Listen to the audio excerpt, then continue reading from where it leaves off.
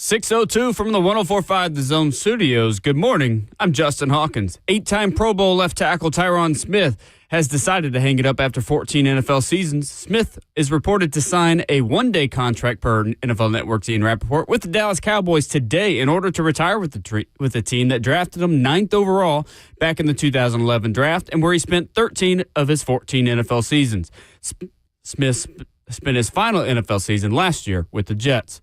And in the NBA, the Orlando Magic defeat the Atlanta Hawks 120-95, securing the 7th seed in the Eastern Conference. The Hawks will face the winner of tonight's game between the Miami Heat and Chicago Bulls on Friday. And in the Western side, the Golden State Warriors defeat the Memphis Grizzlies 121-116 behind Jimmy Butler's 38 points to claim the Western Conference's 7th seed. And the Grizzlies on Friday await the winner of tonight's game between the Dallas Mavericks and Sacramento Kings. And tonight, the Nashville Predators conclude their 2024-25 season at Bridgestone Arena against the Dallas Stars, where the Stars come in losing 6 straight and looking for a win to catapult them into the first round of the NHL playoffs. Puck drop is at 7 p.m. For all your foundation repair and waterproofing needs, you've got to go to USSTN.com. Breaking news at once on your home for the Titans and Vols. This is 104.5 The Zone.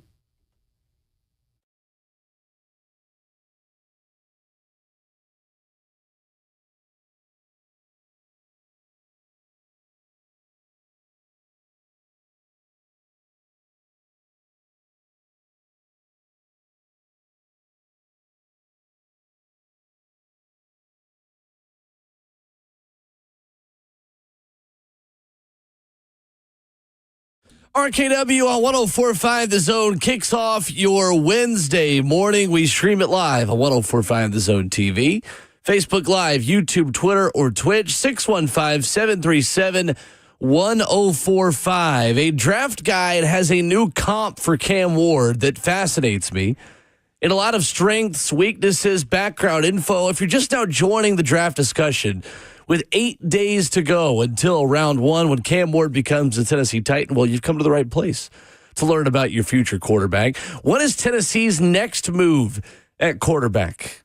In the college ranks, ESPN.com has some rumblings about what the early returns are for the Vols as they shop in that market. Stephen Godfrey joins us in studio for the 8 a.m. hour. Rhett Bryan at 9. Lots to get into with the full crew here. Ramon Foster, Kayla Anderson, and Will Bowling on Wednesday, April the 16th. Good morning. How are we doing? Now, we're good morning, man. Haircut, Will? Yeah. Definitely got a cut. Got your ears, is that what they call it? Ears trimmed? Ears lowered. I always, ears trimmed. Lowered. You probably don't want that happening. Yeah, no, do not want that one. Ears lowered. Yes, looks very nice. That is true. Ramon, you got one last week. I had one last week. I get another one tomorrow. I'm getting one soon. Just a trim. Oh, I was going to say, you about to cut it off? Ladies, hell no. You never did a short bob? Oh, yes, I did, you did folks. The short bob? That first job, go look up some pictures if you can find it from WACA in Montgomery, Alabama. Y'all will laugh your asses off. I gotta see. I looked like, because I have a fat face, so I had this fat face and this short bob. It was just not the look, folks. What made you? Because hair is a very significant thing to a lot of people. Like barbers, my barber's been tight lately. Like I've been telling them too. But like you go to a bad barber, it's a whole new reset. Like, so why were you playing with your hair back then? Well, because when I was younger, in high school, I even did like the short, like up to the ears kind of like fad that was going on. I couldn't imagine. It was awful. And again, it did not fit my face because I grew into my face in my 30s. So I don't ever encourage people, if you don't have the face shape, to cut your hair like I did. Never cut it since. I want to go look now. I'll try to find a picture, you guys. Yeah, there's got to be some out there. That was a very popular do, though. It was. It was. Yeah. Or the layered. I think it's the layered thing. The Karen look now. I think it's. Oh gosh. It is. Yeah, it is. Yeah. Either way, that's super significant. I don't know if I've ever seen that, Kelly. You might have wiped the doggone internet clear of all your old photos. I don't know if that WAK1 exists, but I'm going to search for you guys. I'm not afraid to show it. Yeah, no. That's cool. Man, yesterday was cool, though, for the most part, man. I had a funny interaction yesterday. Really? I regret most of it. So I was starstruck for the first time in person in my life. Regardless, or outside of just going to a sporting event. Yeah. So I was going to the grocery store, at a location that will remain nameless, and I ran into / saw one of the singers of my favorite band in the world. What? The band Camino, just out in the wild. They live here. If they're listening this morning, I'm probably your biggest fan. They're probably not listening.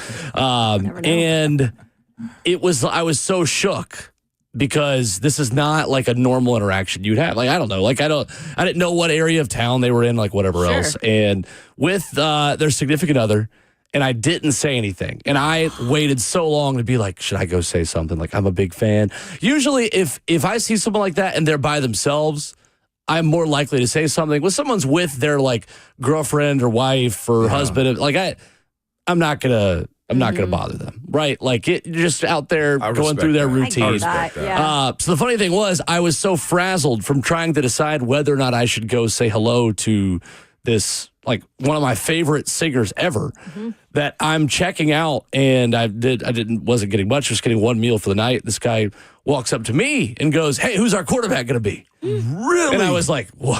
Role reversal. Now there's someone coming up to me, recognizes me from the show, and I botched the interaction because I was so frazzled from this that I was like, I guess Cam Ward. And I walked out and I was like, it's Cam Ward. You're asking about the Vols. So if you're out there listening and you stopped me at the supermarket yesterday, I learned what you were talking about after the fact. And to answer your question, I still have no idea. That's hilarious. You were so flustered. I was so flustered about going up to talk to a celebrity that someone then came up to me and talked to me. And I was like, oh, yeah, what's up, man? How are you? Which happens all the time. Like, that probably happens to us like maybe once a week. Yeah. Considering how many of you listen to this show, and Ramon's out in the world a lot more than I am. So maybe for him, it's 2 or 3 times a week or every day. Okay. It is. But it was funny. It was ironic the way it worked out. Man, that's crazy. I've been there before. That has never happened to me before. Never happened to me before. But I hate the hate. Like, I hate the one where it's just like, man, I knew I had a better answer for that. I hate walking away from a situation like that and say I had a better answer. That person's played one interaction with me ever, and I just messed it up. And then you sit in the car and you give the entire spiel to yourself. Like, I've been there before. It's like, I should have said this. The thing is, I'm so masochistic, $5 word to start the morning, that I will literally, I'll think about that in like 6 months. I'm like 6 months to be like, remember that day at the grocery store when I just totally fumbled an interaction? Well, they listened. That person probably listens, like you said. Right, so hopefully they understood the situation. I totally get that. Masochist is not a good word, man. Well, it's a good word. It's just it has a negative connotation. It just means you undermine yourself. Yes, a masochist is someone who derives pleasure or satisfaction from being hurt or humiliated. I'll literally like a year later be like, years later. That's a wild word. Me, like multiple years, be like, man, I can't believe that one day at the grocery store when I was going to get my buffalo chicken sweet potato that I've not made in years. And I was just so distracted by seeing the band Camino. Yeah. In real life. Do you At this regret point, you should it? have said something. No, I don't really regret not saying something, honestly. Okay. Kind of, but like, it's not a big deal. Again, solo by himself would have done it. Yeah. With a significant other, I never know how people like, because for some people that is the line. Like they don't want to like be that person. When Peyton's with me, we don't care. Like she like thinks it's the coolest thing in the world. People are like, "What's going on?" Like I listen to you every day. But anyway, I don't know. Everybody's different. Throw Peyton under the bus. Like no, I'm not. I would never throw her. Yeah, I did see and somebody.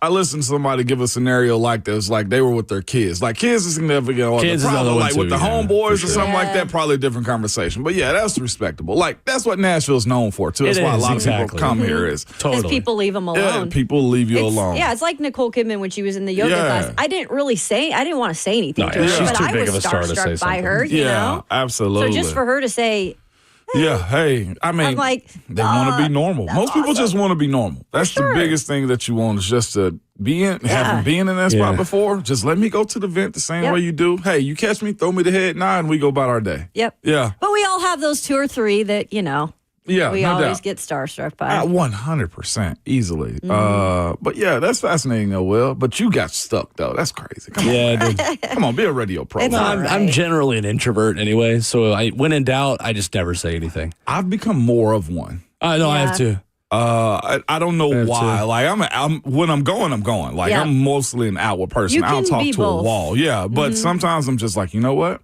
I kind of want to be in the corner. I feel like our lives professionally are extroverted. Yep. That as people, we become more introverted when we're not here. I agree. That being said, if you ever see me or with anyone, I will always say hello because I've grown up here and dreamed of doing this job, so I never mind. I actually love Pretty cool. I had somebody tell me cool. one time too. It's like, man, it's best to be wanted and annoyed than to walk 100%. this earth and never have anybody worry about you. I just have to watch myself and how I act at sporting events now. Like certain things I want to yell at refs. I'm like, there's probably listeners around me. Yeah. That's all right. I don't really care. 615-737-1045 is the number. New intel on Nico Iamaleava, plus a very interesting question from On3's Shannon Terry. Is there any scenario where Tennessee could take Nico back? That's next.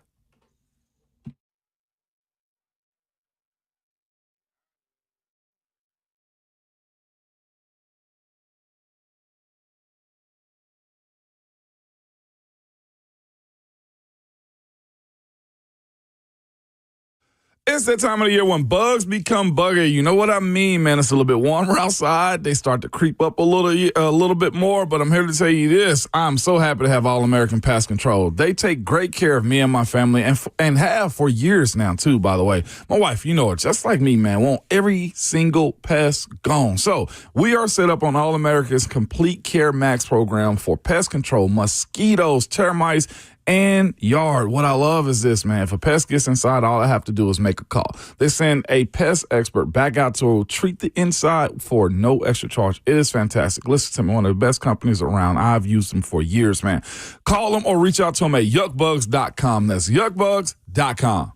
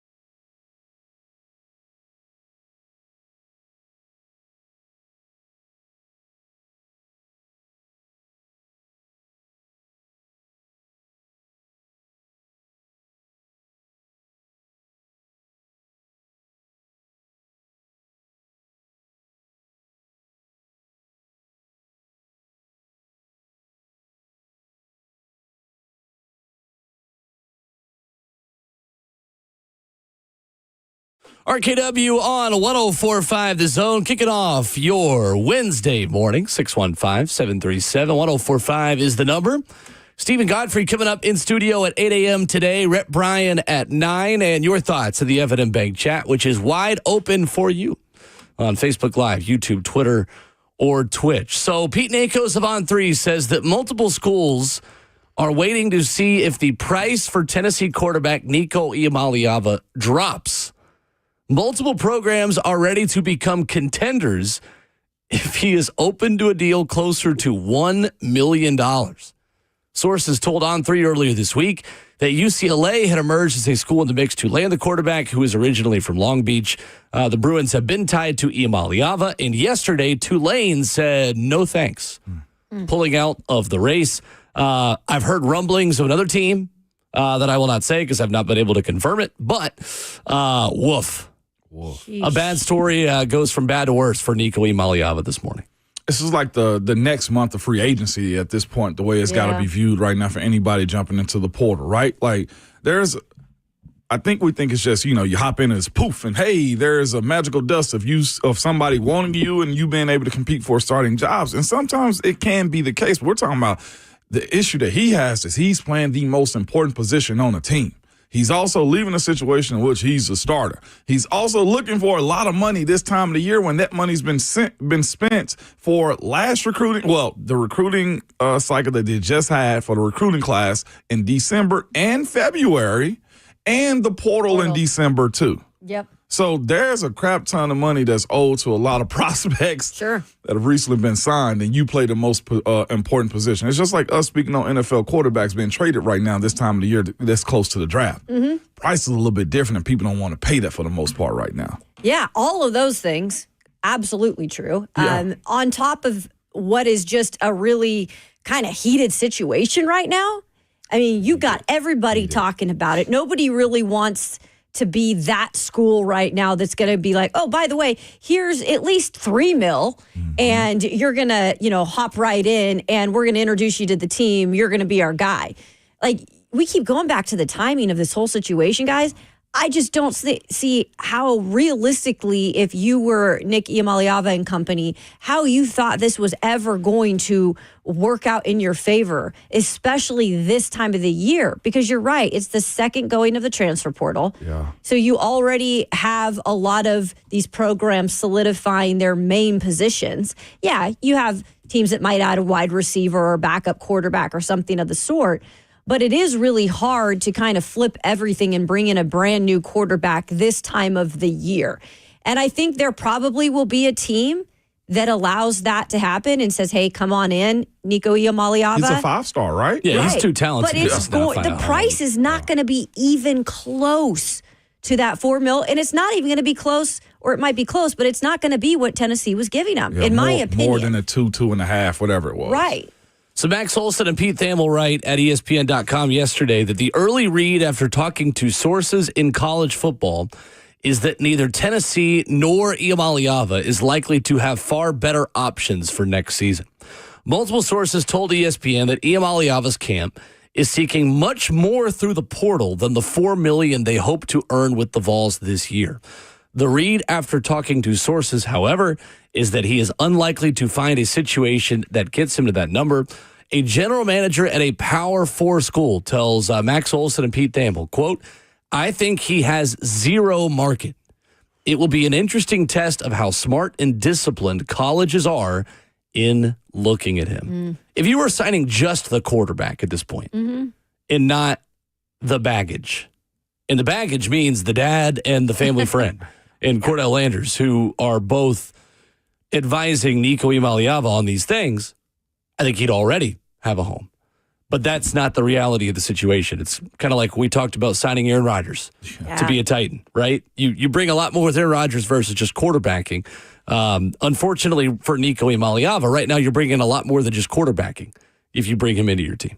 Yeah, you are, man. And it's also how quickly can he learn the offense? I think most people can get the offense, but here's what he's also missed. Like, I'm a person that, hey, I love the classroom and watching tape and seeing the plays and stuff like that, but I have to go through it. I have to practice it. I have to see guys' timing, right? Hey, this D tackle does this against me. I need to be able to adjust it. Quarterbacks, we hear that all the time. That's one of the reasons why he was going on those trips with Mike Matthews to California. The timing that you have with your wide receivers matter a lot, right? Seeing how they run, where they break, where you need to go with that. And that's where it becomes very complicated. Here's these guys that's been in spring right now, other than I would throw DJ Lagway out right with Florida. He's, from what we've learned, hasn't thrown a pass in the springtime. But he knows the offense, right? He understands where the ball is going. That's where it becomes very problematic. Then the other side of it is, too, coaches. If you have any kind of integrity as far as like how you coach kids, how you manage your team, it just this time of year becomes a bad look if your starting quarterback that you have doesn't have like an Achilles, an ACL, some type of injury to where you're scrambling for a quarterback. You're essentially booting your starting quarterback out the way. Sure. Like, at that point, you're not the same coach that recruited them, and your philosophies on every other position has to change at that point. And we were talking about that, I think, maybe during one of our breaks yesterday. We were speaking of Kansas State's quarterback. Yeah. And Avery Johnson. Right, the loyalty that he has. He's from Kansas. And how would that look, too, if he decided to jump into the transfer portal, maybe just to be in a better situation, a bigger school, let's say, a little more money. A little bit more, yeah. But the loyalty part, again, we speak of all this as this topic has come up, as Nico, was pretty much told to take a walk. And then that program, that young man looks bad. So it's like, it's kind of like it could start a revolving circle of, we just set a fire off of all these guys hopping in and just transferring because of the money or the situation. It's not like, I don't think he's going to do that, but it is interesting to see how this affects other ways of how these quarterbacks decide to go about their business and how their, I guess, surrounding team decides to go about it, because it's not always just the quarterback that's making the decision. It's usually the people around him. Yeah, and maybe some of these guys decide to better themselves by hiring a real agent or doing things that can better themselves for the future. I think this is sad, but Nico Iamaleava is going to be made an example of. And I hate to say that, but in a way, it really is true. I told my homeboys that are around the situation, like, I saw more posting yesterday. I was like, all right, it's getting sad. I know fans don't care, and there's a lot of folks that don't care. But it's getting sad now. It is. So there was a tweet up there yesterday when Tulane pulled out of Nico Iamaleava's portal recruitment. CJ Mordock is a New Orleans person who put out something that I had also heard, that Tulane put together an impressive offer, but too much back and forth between Nico's camp and the coaching staff. He writes, Tulane wanted to get a deal done quickly. The dad is LeVar Ball without the charm.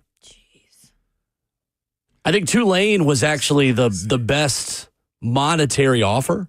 I think they probably had more on the table than what Tennessee did.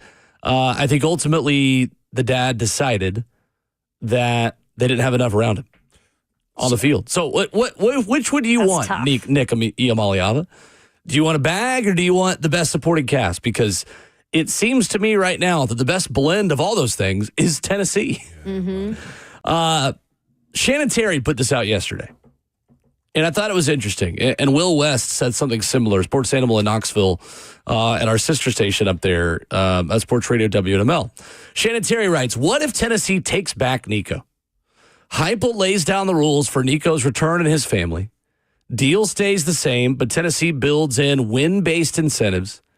Dad apologizes to Pete Nakos, and a bad situation turns good. And then puts Luke 15:11-32, which is the prodigal son returning. Yes. Are you at all open to any conditions at all that would bring Nico Iamaleava back to Tennessee? We know Justin's answer. That was a good drop. This. Go ahead, Kayla. So two-parter on that one. Coming from Nick Iamaleava in terms of why I don't even think it would work, mostly because of him, because I think he is one of those guys, what it's been at least portrayed to us and how he's gone about this business is he's kind of not going to ever back down from what he did or say that he's wrong for what, he led Nico to, or, what they did with Tennessee and how they parted ways. I could never see at this point, at least, Nick Iamaleava even allowing that to happen. On the other end, I think while Tennessee would probably at this point, if it was just Nico Iamaleava coming back and not the dad and, the mentor part of it, I think that maybe it could work. But Josh Heupel did say, nobody is bigger than the program. No one person is bigger than the program. And if you put a message out there, that's a pretty firm message. And I think you need to stick with it. And it might hurt right now, but in the long term, I respect Josh Heupel in Tennessee for sticking to their guns and just being like, this is what it is. I wouldn't want to go back on that. Yeah. And there's a lot. It's a lot to unpack. And one of my sources dropped this 2 days ago. It's like they both need to be quiet, Tennessee and the Iamaleava camp, and just shut it up right now. I was just like, what if he came back? And I was just like, stop. I said, stop. Yeah. We're not going to do this. Stop. And then he said it again yesterday. And I was just like, really? And then I saw Shannon Terry drop that yesterday. Shannon Terry is he is owner, founder of one of the biggest recruiting sites in America right now. I'm not sure if that was a filler tweet or that's an informational tweet to say, hey. A little bit of both, maybe. This is possible. So here's to me, you asked me, well, what is there any pathway where you would be willing for him to make a return? Might not have no option to. But to allow it to happen. And that's my conversation yesterday. I dropped that to a few folks yesterday, and it was just like, yeah, whatever. I'm telling you, this could be a potential pathway. Here's what has to happen. One, they got to recognize you can't have everything. No roster has every single thing that you want. Heck, even Ohio State had to go find something, a quarterback that was less than. All right, there's also the side of it. You have to also do your part. If you're the highest paid player on the roster, then guess what? We need to see that at every single time. And I think there's not a realization on their part as it pertains to that. Like they think this is a Patrick Mahomes situation where everything lines up in your way. Absolutely not. You have to play your part in that. Dad has to get thrown under the bus. I said earlier, Will would throw Peyton under the bus. No, absolutely not. You would not do that, okay? You would never do that. But Dad has to get thrown under the bus, and Dad has to remove himself, too. If you can do that, and I'll even say this, maybe even lower his money just to show, look, bro, you left. Yeah. I can't just let you walk back in here with no consequences. Right. This is what has to happen because I know this $2.1 million over here is way more than that 1.1 over there, and you got bills. Y'all got bills. Then the other part of that is do your part. For Nico, I do, Will, Kayla, listeners, this situation is just like a messy relationship. We've all argued in public, told our friends, look, man, I ain't doing this no more. And next thing you know, your silly behind is holding hands in the park, going on dates. You'd have to grow on both ends from it, though, right? I mean, like you said, with Nico and his situation. I was listening to Buck's show for a minute. He had Adam Sparks on. I thought there was some really good information Adam Sparks shared about, when Nick and who's the mentor again, guys? I'm not even Cordell Lane. Cordell Lane. Yeah, when they left for a time being leading up to the spring game. It was reported by Adam that Nico kind of became a man a little. And I was like, can we please have had that? Like sometimes the hovering does not work at a level where you need to grow as a man or a woman. Got to set them free at some point in time. Yes. I don't think the locker room would react well to Nico coming back at this point. I think there has been irreparable damage done to Nico Iamaleava's relationship with his teammates and with the fan base. To me, you're creating more problems by finding a way for him to come back than you are solutions by getting the best on paper talented quarterback that you could bring back. I don't think there's any way you go back to him. I really don't. The only way, the biggest, I think, pivot they have going in their direction, or the biggest advantage they have is Nico can fully blame everything on his pops. I agree. Yep. And Josh Pate made that point the other day on his show that really the best way forward for Nico to get a place to play football again is for the people around him to take the fall publicly and say, we messed up. We messed up. Oh. For sure. And take the arrows right now that are hitting Nico Iamaleava square in the face because he is the public figure in all of this whose life has been altered, mainly because of the decisions of the people around him. Yeah. That's why the situation is radioactive. It's not because he asked for more money. It's because he was encouraged to not go to practice in order to get that more money. Will West basically sent a similar tweet. Says, who says no? Tennessee gets Nico and a signed contract saying the dad won't have contact with a university employee. Nico gets $3 million. Our other friend from that same station, Brian Rice, responded and said, who says no? The entire locker room. I tend to agree with that. Yeah. How would you be reacting to this if you were a offensive lineman on that team right now? So the same situation with Le'Veon, like before we hit the deadline with him, this is where the other part too. I don't know if there's Le'Veon Bell, former Steelers running back who held out. Before we hit the deadline with him, it was like, yeah, come on in, do your thing. Like the moment so we got conflicting information from either his camp or somebody else. He was coming up and then he didn't show us. The promise that he was going to show up. Here's the other part of it for me, I think is separated from that situation. Everybody threatens to jump in. Why was it okay for Boo to hop back into that locker room? Ricky Gibson is doing it right now. Like there's other guys that have attempted to, fleece the organization for these types of moments. Last year, there was numerous guys that did the exact same thing. This is viewed to me as business as usual for the most part. Now, it sucks being a quarterback too, but what I will also say in this moment too, there are people that understand Nico's dynamic of how he has to straight listen to his family and his mentors, I guess, as this situation's unfold. Consider what you're left with. Like it's one thing, and we talked about this a little bit on the balcony, it's one thing to rally together and, still only win 7 games. Right. But if this guy can actually get you over the top, well, it's just like the old Tiger Woods Nike ad. Winning cures everything. It does. That's true. One Power 4 general manager says that there is absolutely zero interest in Iamaleava. Pete Thamel and Max Olson also write that meanwhile, Tennessee will need to find an immediate and significant upgrade who can seamlessly transition and thrive in 2025. This would involve a transfer learning a new offense, winning over the team, and having the arm talent to be an adequate maestro in Heupel's up-tempo system. If this is going to be an established Power 4 starter, he'd also have to be okay walking away from a locker room, coaching staff, and teammates who he's bonded with for months ahead of the season. An industry source familiar with the quarterback market says, quote, this is a terrible time. You are setting yourself up to fail. You are so late. You get no spring ball and all new wide receivers and a new system. The kids being paid a lot of money are already in the system or they are 4 months into it. The initial indication, and again, it only takes one good quarterback to take a raise for this to be worth it for Tennessee. But the initial indication is that they are not going to be able to attract that top-level Power 4 starter. I agree with that. And the portal opens today, and that may change. And look, it also wouldn't surprise me, considering all of the NCAA red tape that Tennessee has had to walk through over the past couple of years, if they were extra positive that they followed all the rules to the letter of the law. Because there are extra eyeballs on Tennessee football and the way they proceed in an unprecedented quarterback market. It wouldn't surprise me if they really did wait and didn't tamper in the portal the way that you're probably going to most other circumstances. Young 21-year-old me would be like, bleep him initially. I ain't even gonna lie to you. 100%. Because you're still immature at that point. Yeah, 100%. And the other portion of that answer is also this. He's going to have to come in showing that he's a better teammate. We heard Adam Sparks said it yesterday.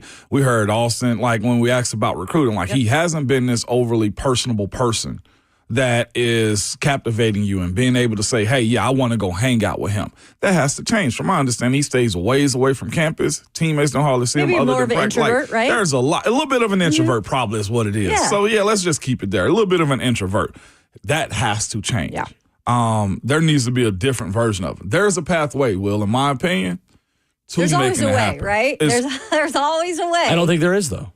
I really don't. I disagree on this one. That's fair. I think there's irreparable damage that's been done in that locker room. I don't think there is a pathway to Nico Iamaleava playing for Tennessee again. So are we understanding then, if that's the case, then, hey, everybody pile in and 7-5 may be the floor? Yeah.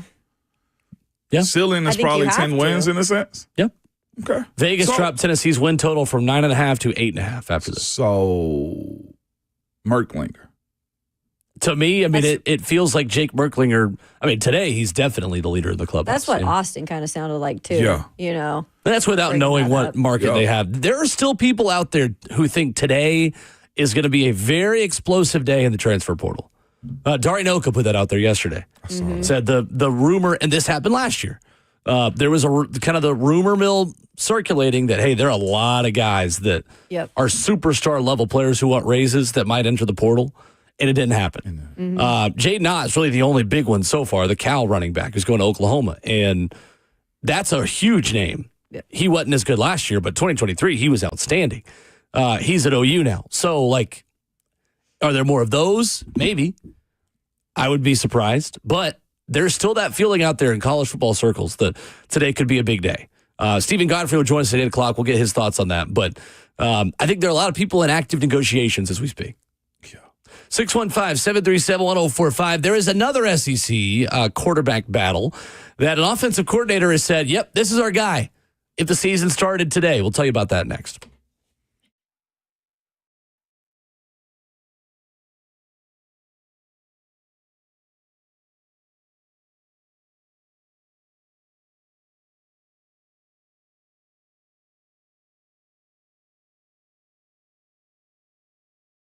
It's Ramon Foster for Secure Lawn. Good people, man, I'm ready to talk to you about your grass, man, because mine has been looking really good. It's got its fresh cut yesterday, man, and let me tell you this, even my lawn guy was just like, hey, the grass looks good. Well, that's because of the way Secure Lawn treats it over the dead period, man, and gets me to where I have I'll be honest with you, I'm going to say it, the best looking yard in the neighborhood. If you're like me and want to have that with no weeds, no crabgrass, and just unsightly stuff just growing through your yard, Secure Lawn is the company that you need to call. They want to create lifelong customers by providing a prime service to you. And that means having their team members properly trained and prepared to make sure they know what they're using, the right stuff on your yards so that you can brag a little bit, man. They're family owned and operated. They've been serving Middle Tennessee for over 20 years.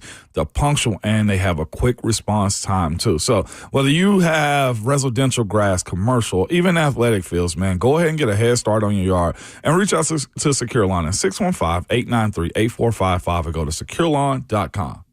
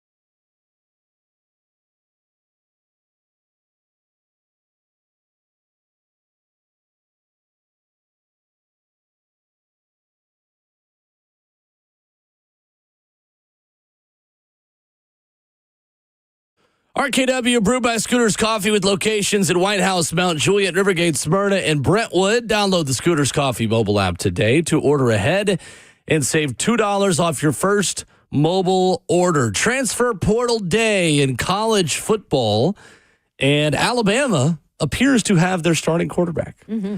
But when you announce starting quarterbacks now in the spring, you do so in a way that will keep your other scholarship guys from transferring. That's exactly what Alabama offensive coordinator Ryan Grubb did this week, saying Ty Simpson, if we're playing a football game tomorrow, would start.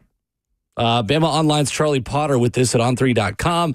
Simpson in competition with Austin Mack, the Washington transfer, and true freshman Keelan Russell, who has Nico-level hype on the field for Alabama, a top 5 player in the country. How do you feel like Ty Simpson will fare at Alabama? Highly touted recruit, Westview High School, Martin, Tennessee. A lot of expectations. And really the biggest question mark that Alabama has had at starting quarterback in quite some time. It is, man. And this is also Kalen DeBoer's ability to pour in the offense to a guy, too, with a full year underneath his belt. Ty, again, has the talent. He's a coach's kid. His dad is the head coach at UT Martin.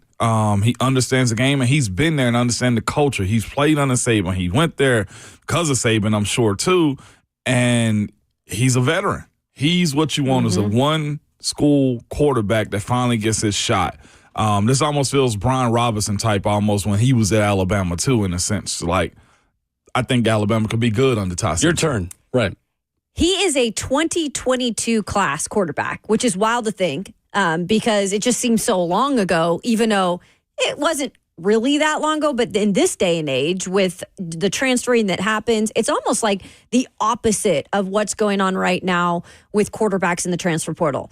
And I will say this, I've talked with a lot of Alabama fans, just throughout that are connected through Travis or whatever, and people I've known in the past, and they actually are rooting for this guy because he has stuck with the program and he has been committed to Alabama even when there's other quarterbacks that have been put in front of him, i.e. Jalen Milroe.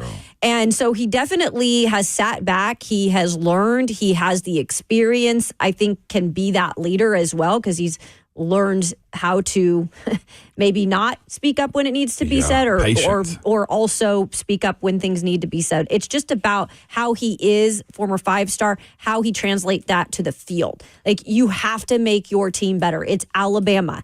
You are going to be expected to be that guy. And I think that Kalen DeBoer can help. I mean, he's been connected with quarterbacks in the past that he has elevated. I think he can do it with Ty because Ty has the attributes and he has, I think, the leadership at this point. But now it's going out and doing it. I think it can work, though. It's going to be interesting. He's outlasted a lot of quarterbacks that have been there. I mean, Julian Sayin leaves for Ohio State. Dylan Lonergan goes to Boston College.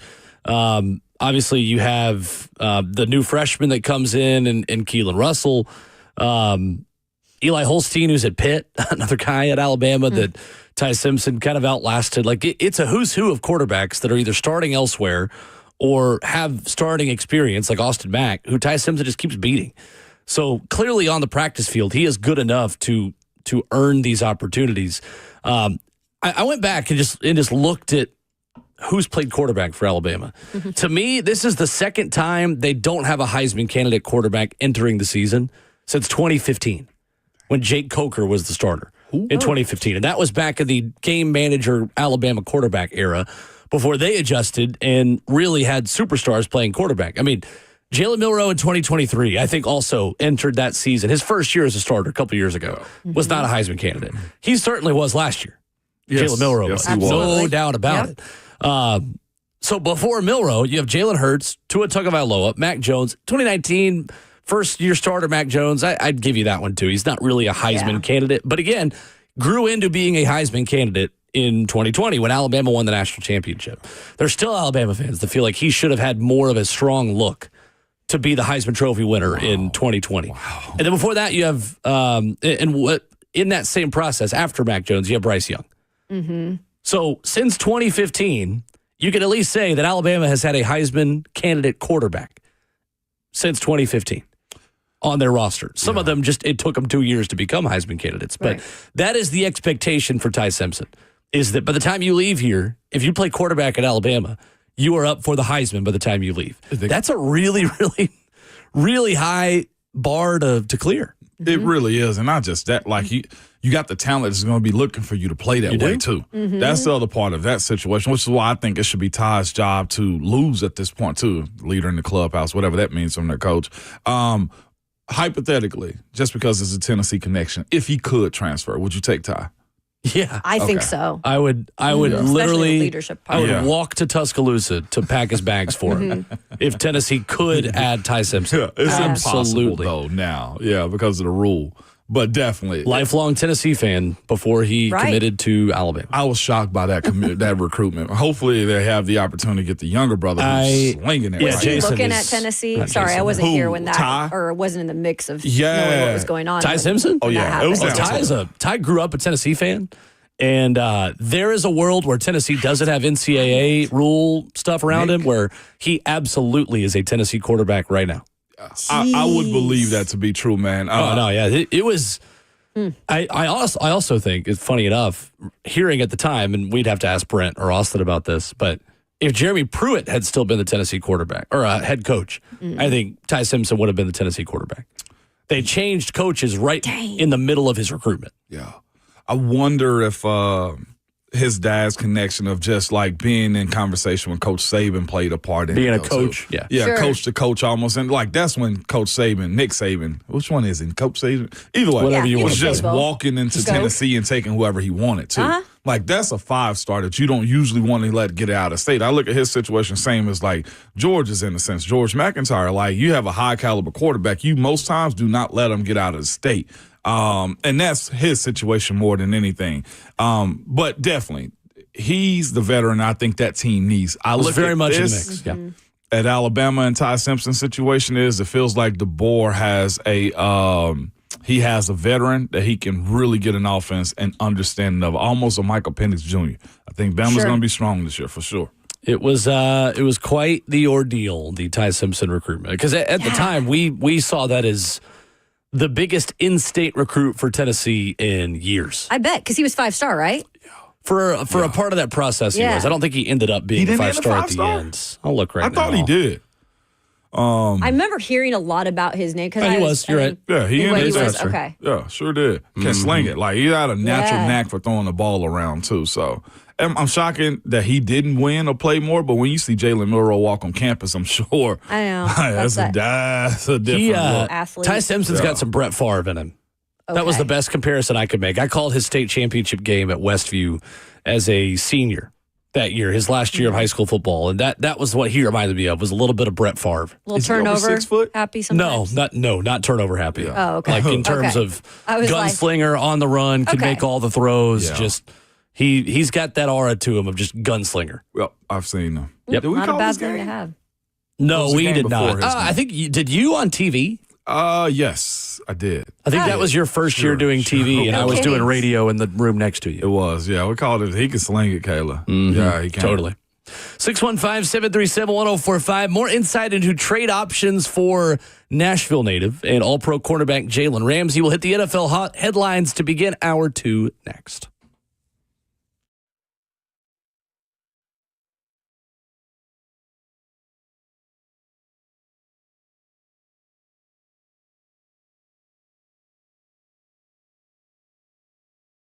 It's Ramon Foster for Hiller Plumbing, Heating, Cooling, and Electrical. Good people, they've been around here since 1990 and are family owned and operated. I myself am a customer of Hiller, man, and I'm here to tell you this. Hiller takes care of the customer on every single job, every time. They stand by their work. Their motto is, happy you'll be or the service is free. That means if a customer isn't pleased with the work performed, they will make it right, and they have, all right? They always send a professional, experienced, trustworthy technicians into your home to leave it better and cleaner than they found it, too. One of the cool parts about Hiller is their true transparency pricing. What this means is this. Every part of the job is lined up front, okay? So homeowners easily understand what they're paying for and the why. No hidden fees, no added costs, no added surprises when you get your bill. No, what you ask for is what you pay for. It's that simple, and it's always good work. To book with Hiller or simply learn more about them, visit happyhiller.com.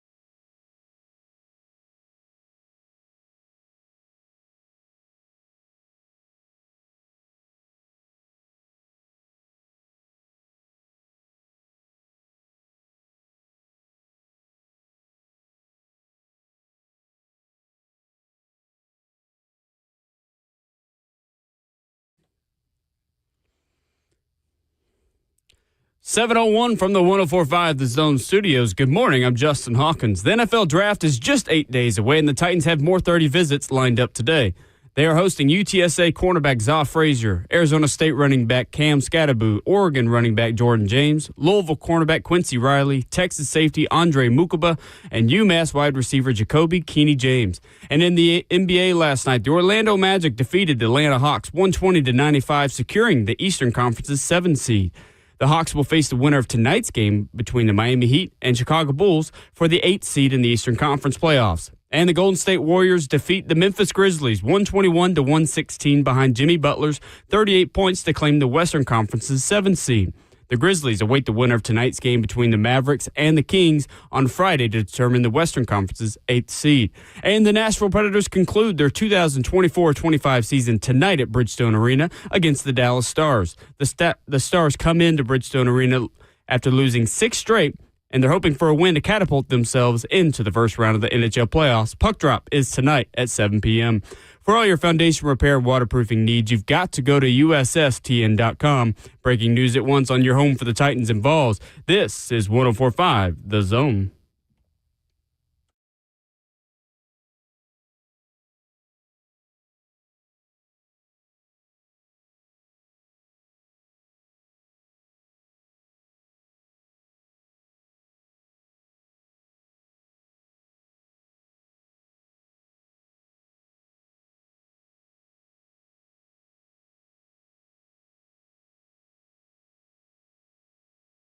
RKW Hour 2 getting started on your Wednesday morning. The number is 615-737-1045. The tablet way to watch us. 1045 The Zone TV, Facebook Live, YouTube, Twitter, or Twitch.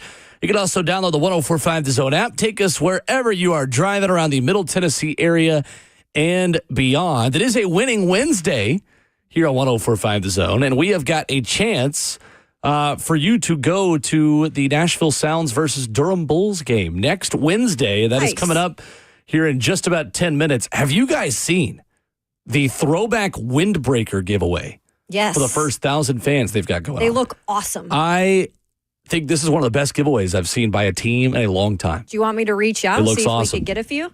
I would love Definitely. that. Okay. I would absolutely love that. I saw on my the list. billboards around the city it's windbreaker night, actually. So I about Keith, got in a wreck because I was looking at that billboard so Right? much. Yeah. Not really, but I love windbreakers. It takes me back to like the 80s. Well, I know you were not born, but they were a big thing in the 80s. aging me this morning. That aged you in the right I wore direction. them in the 90s, too. Speaking of who you ask. Speaking of aging, I told you guys I'd do some investigative reporting What happened? of my haircut. Oh, snap. Did you tweet it out? I will tweet it out, and I'll also give it to the viewers that are watching. Let me see. That's not bad. You like young Kayla. That's Look at like that the fat haircut face, right y'all. there. And then I got one more. You can kind of get the feel. Let me see. Okay. All right. That's not bad, Kayla. Yeah. That's what everybody rocked in that era. Not the greatest for the you face can pull shape, it but off, I'll put pull that it off on, again. on Twitter. You're not going to pull it off again? Hell no. Come on, Kayla. You got to, I look man. like a mom.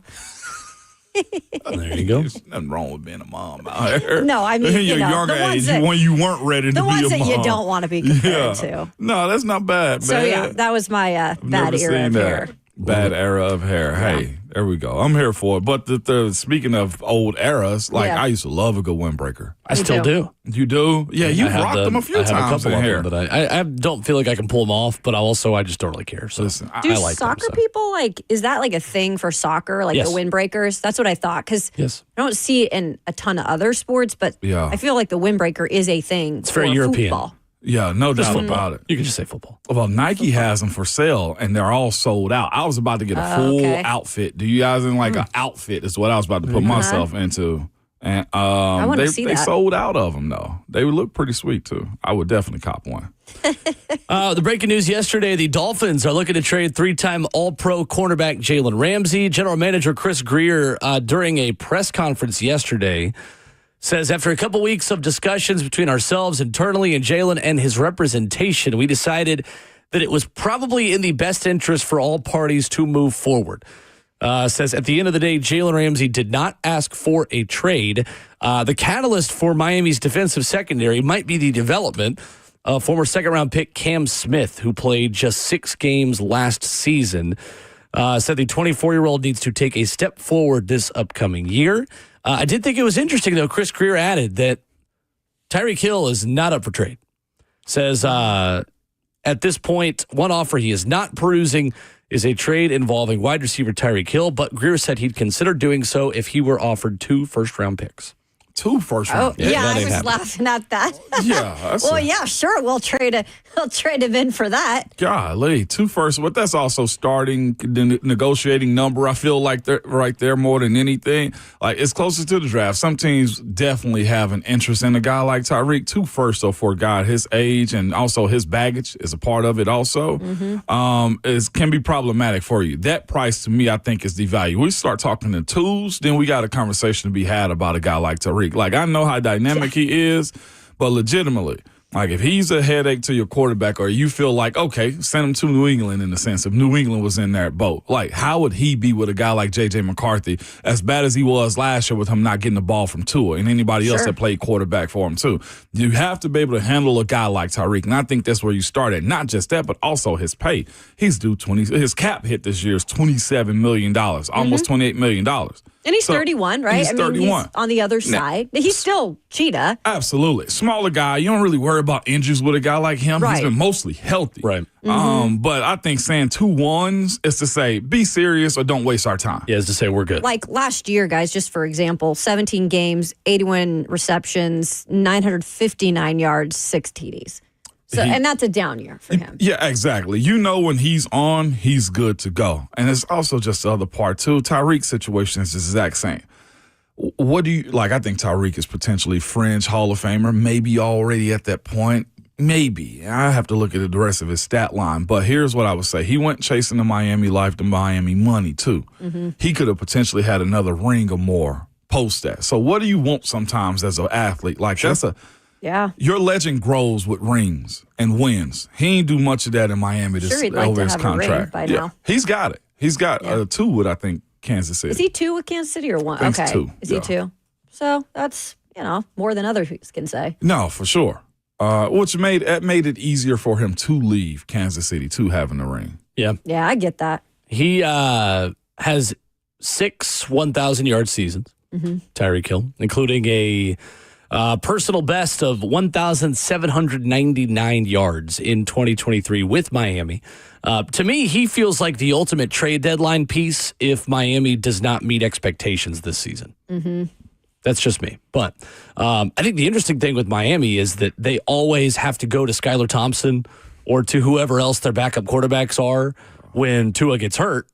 Now they have Mac Jones, who is a little bit of an upgrade on some of the Jags that they've had play for them. Jags meaning just a guy, as Coach Mack likes to say, or empty chairs that they have playing quarterback at times. So we'll see if that ends up making a difference. But to me, he is the trade deadline piece this time around if things don't start off well for Miami or if Tua, God forbid, gets hurt again. And going into 32 next year also is going to be fascinating to see how his mark. He just turned 31. Yeah. But again, being a smaller, quicker athlete, I don't think is a bother for a dude like him. I'm still excited to see him get crushed by Noah Lyles in a whatever they're running, 60 or 40. Is that still a thing they're going to do? No, yeah, it's on. I want to see this. I think this summer at some point. Love it. He will get destroyed. Yeah, he will. He will get I'm absolutely on that side destroyed. of it, too. And Kaylee's got 1 ring. I thought he got 2. Okay, he's got they 1. They won after he 2019. Okay, so still has a ring. Not 2, but, 1's good. Yeah, no doubt about it. I would do many things for 1 ring. Yeah. 1 Super Bowl ring. Straight up. Right? Straight up. Never to turn your nose up at that opportunity. No doubt about it. More top 30 visits being scheduled around the NFL. I saw this morning, Ramon, that 9 of Pittsburgh's top 30 visits have been with running backs. Wow. So Najee Harris replacement, come on down. Who do in you the like? first couple of rounds. Who do I like? Whoever's going to tote it. The system is in place. It's Arthur Smith. It's Pittsburgh Steelers. Whoever the runner is going to be opposite of Jaylen Warren. Jaylen Warren is more of a lightning type of guy. They're going to need somewhat of a bruiser/catcher out the backfield. Yep. So I could reel off a ton of names, There's which I so many hate good doing that at ones. times, but there's option. Here's the other part of it, too. Pittsburgh is in a position where they have their starter and Jaylen, but it's also where I don't think Pittsburgh is just going to be burned by continually going to get the running back over and over again. You can find one in the 4th round, 5th round, and make them starter capable too, because the talent, I think, in this year's draft class, as far as running backs go, is pretty immense. But the system that Pittsburgh runs to commit to the run at all times, pick a body at this point. I hate to say it like that, but it's pick a body. I feel like Omarion Hampton's floor might be the Steelers at 21. If he makes the North Carolina running back. If he makes it down that far, he's a bigger, more downhill runner. What we learned about him from Lance Zierlein's NFL.com scouting profile yesterday, and feels like a good potential complement to Jaylen Warren. It feels like an AFC North kind of running back. Omarion Hampton. Exactly what he is. Also the school of Willie Parker, too, which I think Willie was coaching at North Carolina. No way. Okay. He was, yeah. I know he was around the organization. I'm not sure if they actually put him on staff, but I know he was in that coaching world with them for a little bit. So there's a connection right there. Not that it matters, but he love history. Reportedly visited Hallis Hall for Chicago on Monday, Omarion Hampton. So we'll see. I think that is his ceiling. Is Chicago, and his floor is the Steelers. If you're Chicago, would you rather have Omarion Hampton, or would you rather have Tyler Warren? You mean Omarion Hampton? Really? Yeah. Okay. I like the breakaway that he has, shiftiness that he also has, and I feel like he fits what Chicago is going to be looking for as far as running back in that offense goes. He seems a little bit of a bell cow to me, the way I viewed him. Because they have Roshan Johnson and DeAndre Swift. Yeah, I already like Omarion. See, I think Tyler Warren on that offense would eat. This is because they also have a history of tight ends too. Yeah. So Who the do they running have game right now that are tight ends? Huh? Pittsburgh? Pat Frymuth. Frymuth, yeah. And also Darnell Washington is a tight end also in Pittsburgh. Chicago, probably sneaky this year. Yeah. Definitely with the offensive weapons that they're building up too. And if Ben Johnson can get an offense together for Caleb, goodness. They could be really good. Zach Wilson, the Miami backup, not Mac Jones. In my head, they're the same person. Even though they're very not. I misspoke. Mac is in San Francisco. That's right. Yeah. All good. Players mess up. That's all it is, Will. Yeah, it's fine. Yeah, it's all good. I'll bounce back. Quarterback 615-737-1045 is our number. There is a 7-round mock draft from Dan Brugler of The Athletic. We'll tell you who he has the Titans taking as they double up on offense in the first 2 rounds in his mock draft. Plus, what the Beast, the ultimate draft guide from Dan Brugler, says about future Titans quarterback. Let's be honest. Future Titans quarterback Cam Ward. We'll tell you what insight we got from that as well next.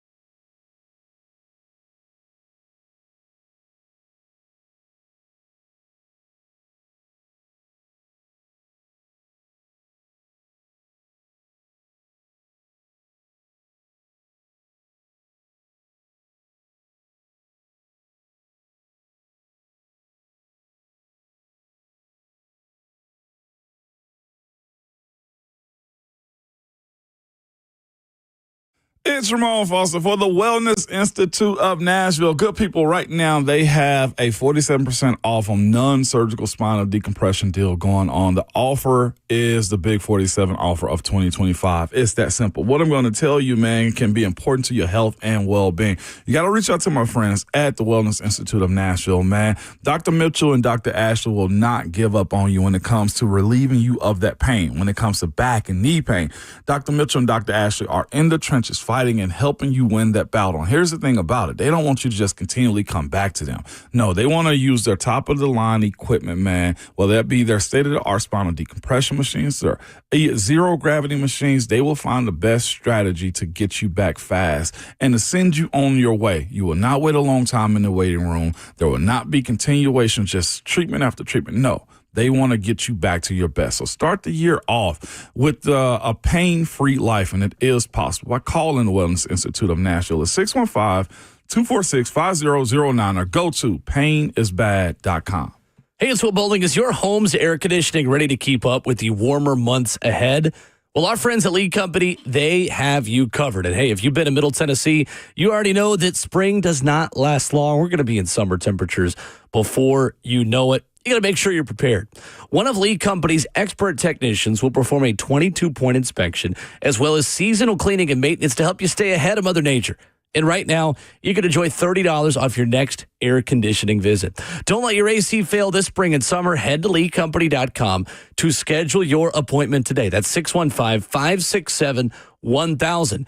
And get $30 off in the process as well. Again, that's leecompany.com. The website is great. You can schedule an appointment there. Find out more about what makes Lee Company different. Business that has been trusted here in Middle Tennessee for over 80 years. 615-567-1000. Schedule your appointment today to make sure that AC unit is ready for the warmer months ahead at leecompany.com. That's Lee Company, all you need.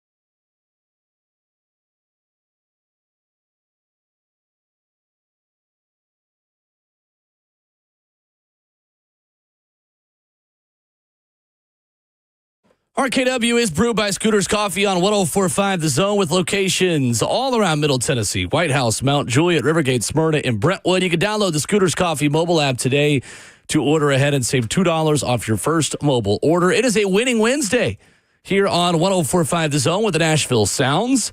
And we got some tickets for you as the Sounds host the Durham Bulls next Wednesday for 90s night at First Horizon Park. The Sounds will have a throwback windbreaker giveaway for the first 1,000 fans.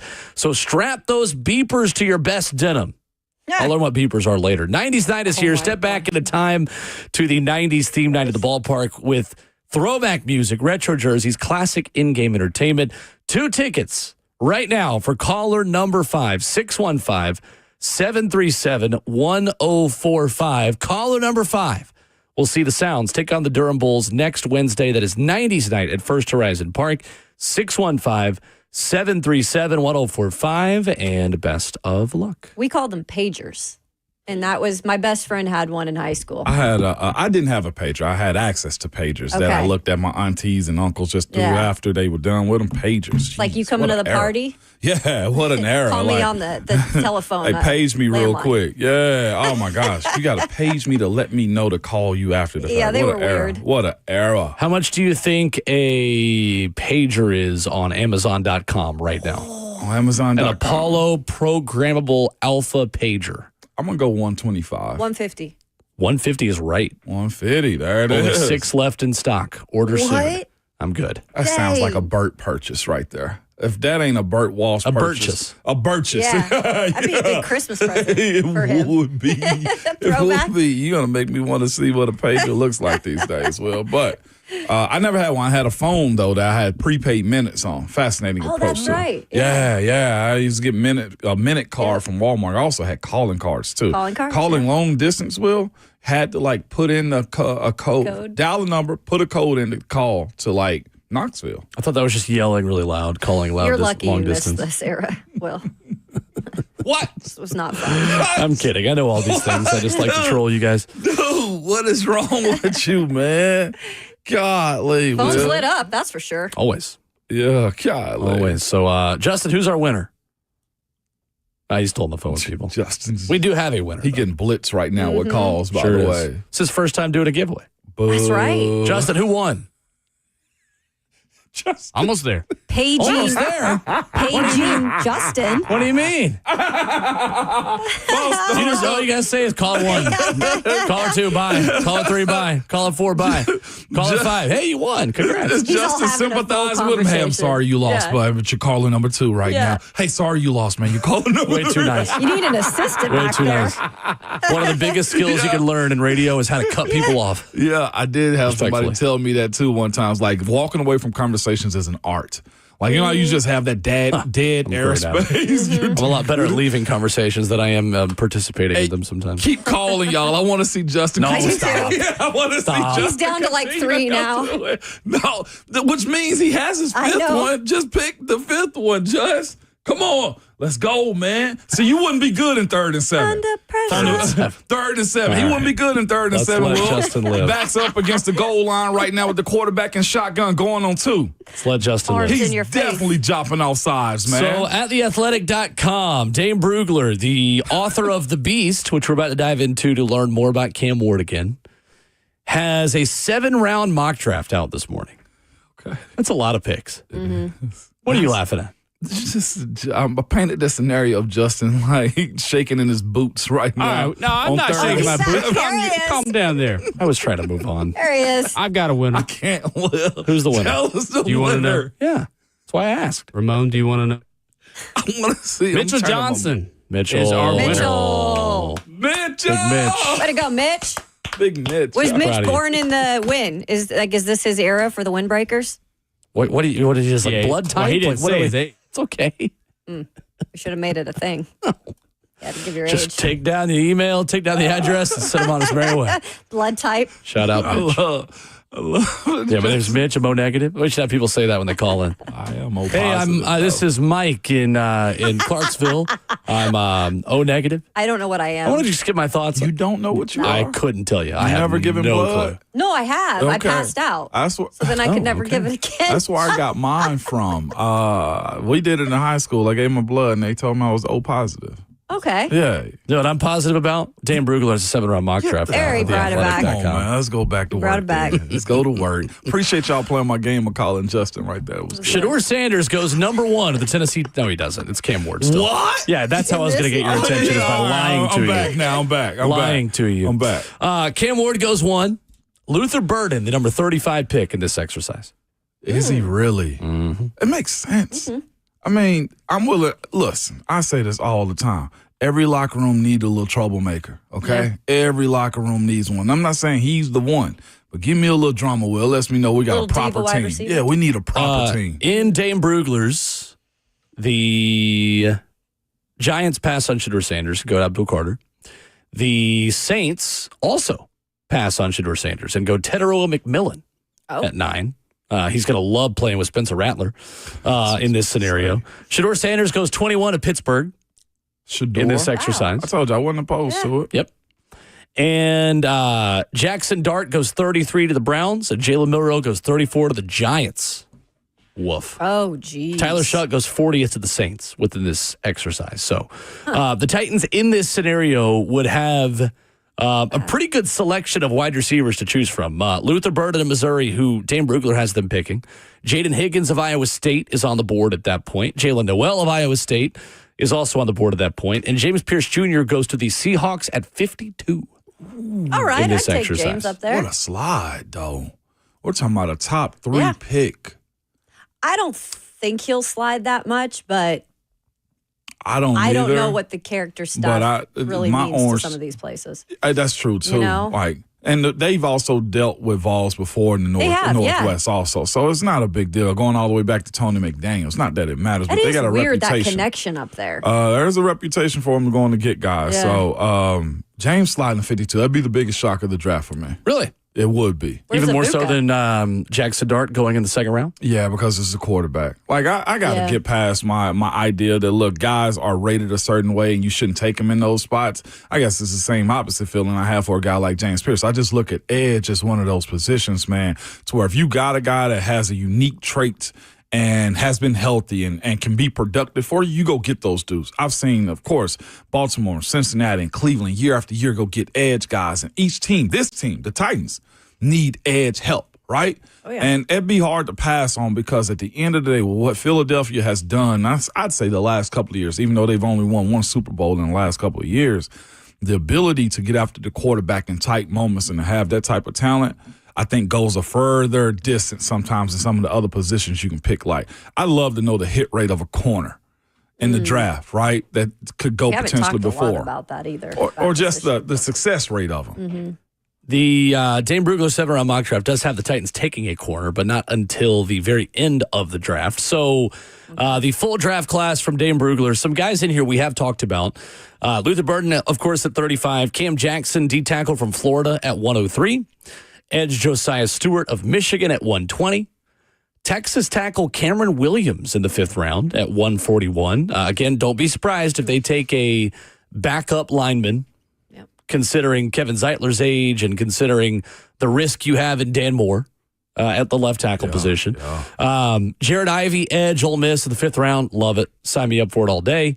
Guard/center Joshua Gray of Oregon State in the 6th round. I also think a backup center is in the cards for this team in this draft class.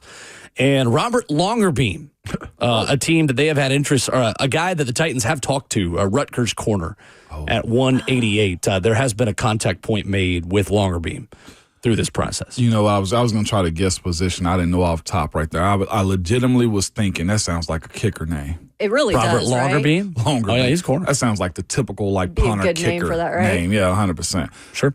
He had a virtual meeting with the Titans. Okay. Robert Longerbeam did. So Who that one again would was make sense. 35, Will? Luther Burden. Luther Burden. Oh, so they took, okay. Yeah, back to back. Mm-hmm.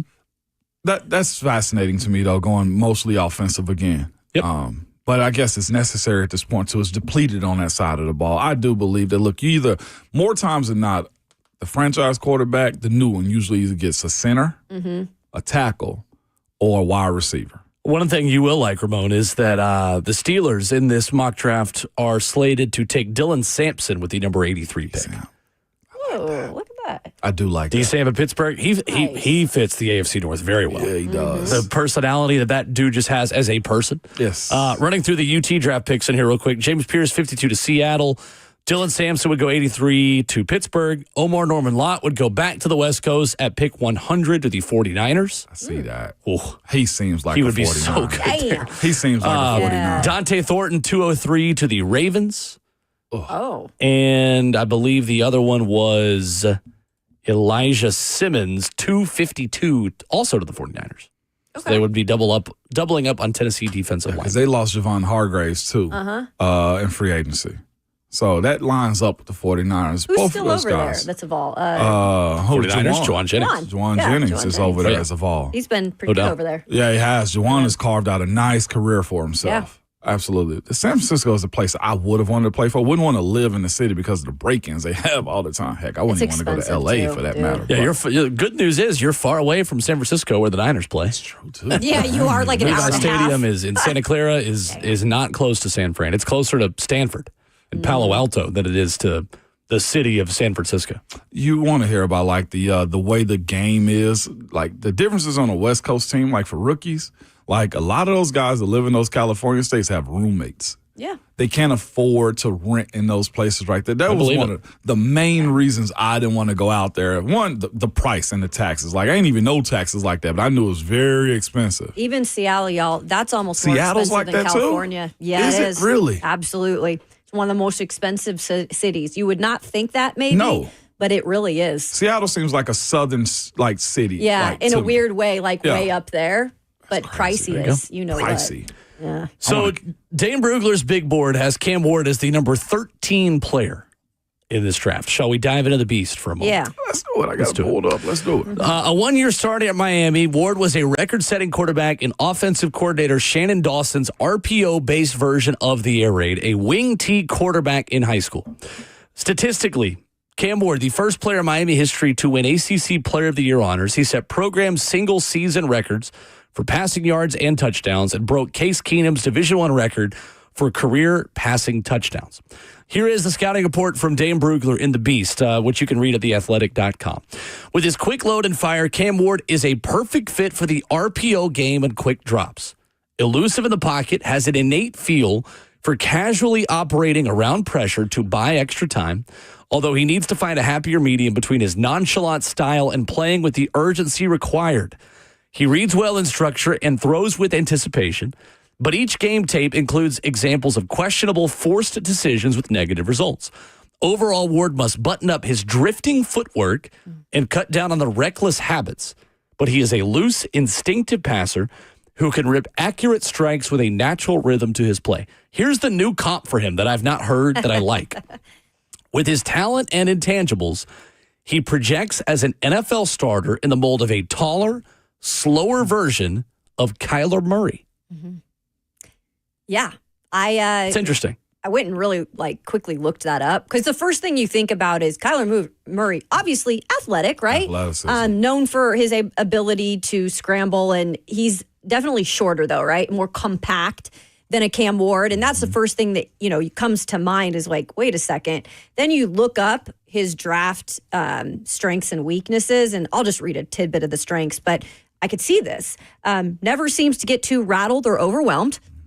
That's somewhat like Cam Ward, right? Showed ability to elevate his play in clutch situations. Plus runner, that's a little more of a Kyler than a, Cam Ward. And passer as a true dual threat quarterback. So that's not exactly. Twitchy ball handler for instant delivery from RPO reads. Gets through progressions and won't fall in love with the primary target. That's just a little bit. And when you think of that, though, and you match it up with what we talked about with Cam, some of that does really match up with him. Yeah, it does, man. And that's the thing about Cam. Like, even looking at some of the weaknesses with him, like Cam has a lot of the intangibles that you want. I feel like if Cam Ward was a 4.4 guy, just ran away from guys even more on this college tape, then he'd be a higher rate. I think that's the only separator he has. When you mention Cam Ward, you think quarterback, and that's simply put. You don't think runner. You don't think runner. You think quarterback. He doesn't have the 4.3 speed that Jalen Milroe has. Exactly. Like, he don't have to follow that, so you got to be creative in what you're doing, man. Here's what I say. Like, one of the niggas this guy is like always guilty of playing hero ball. I'll be quite honest. I think this fan base needs a guy to be able to play like that in a sense. You don't want turnover after turnover, but the idea that, look, a quarterback that has a never die attitude, a quarterback that will drag his teammates to a finish line is something I don't think you've seen here as of late. I'll even go that far as like with Ryan Tannehill a little bit. Like, Ryan Tannehill did the job, right? He did what you wanted him to do and asked of him. I don't think you've seen a quarterback here as of late that just said, you know what? Let me put my cape on. Let me walk outside and show y'all how to do this. And I feel like that weakness that he has in the beast right now, speaking about the Dane Brugler's beast, I think this fan base is in search of that, and I think this team is going to need it simply because of the weapons that you're allowed to have right now. I'm not sure what the rest of the draft is going to look like, but I do think the excitement of him being behind center is going to go a whole lot further and buy a lot of grace. Strengths from Dane Brugler, the beast: relaxed, fluid throwing motion. Ball comes out fast with an easy flick of the wrist. Bold passer, not afraid to thread the needle or push downfield. 56% of his completions in 2024 were of more than 10 yards. That was number one in FBS. Mahomes-like scrambler. Not fast, but runs with savvy and takes yards the defense gives him. Again, that's a lot tougher to do in the NFL than it is in college football. Sure. Being not fast, but still being able to evade better athletes, which is a concern that I have. Said, had freedom at Miami to make checks at line based on pre-snap reads. Weaknesses. Low, almost sidearm throwing slot will be issue for some NFL coaches. Drops elbow and uses varying mechanics, which disrupts spiral and creates different angles from the nose of the football. Caught holding the ball too long on key money downs. See the 2024 Georgia Tech game. Only 4 fumbles in 2024, but leaves ball exposed when scrambling. Occasionally pulls it on zone reads, but doesn't have speed to consistently escape from NFL defenders on the edge. And the Dane Brugler throws it there. Decision to sit out second half of Miami's bowl loss will rub some the wrong way.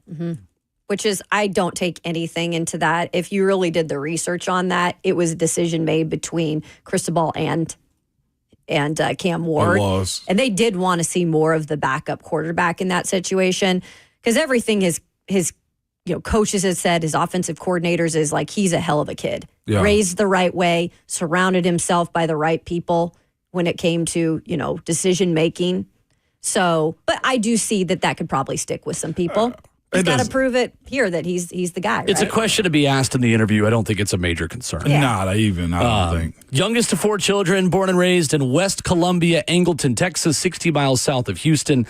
Dane Brugler writes in The Beast, his parents have never missed one of his games, including all 57 that he played in college. A 0-star recruit overlooked the 2020 recruiting class because he ran a wing T offense. The COVID season being postponed at Incarnate Word actually gave him more time to learn a non-wing T offense. And Eric Morris, who was Patrick Mahomes' offensive coordinator at Texas Tech, certainly had a big part to play within that. One thing that's interesting, when he left Incarnate Word, Lane Kiffin and Ole Miss wanted him. Not something I remember when he was originally going to FBS football. There is a world where Jackson Dart is never the Ole Miss quarterback and Cam Ward was. Wow. Interesting. Which would have been very interesting. But Lane Kiffin clearly saw some potential in him that now the Titans will see as well. So there you go. That's the beast. He's the guy that the Titans need, 100%. At this point, there's no other option. Yeah. I think it will be fun to watch him grow. We have breaking news on Nico Iamaleava coming up next. Ooh.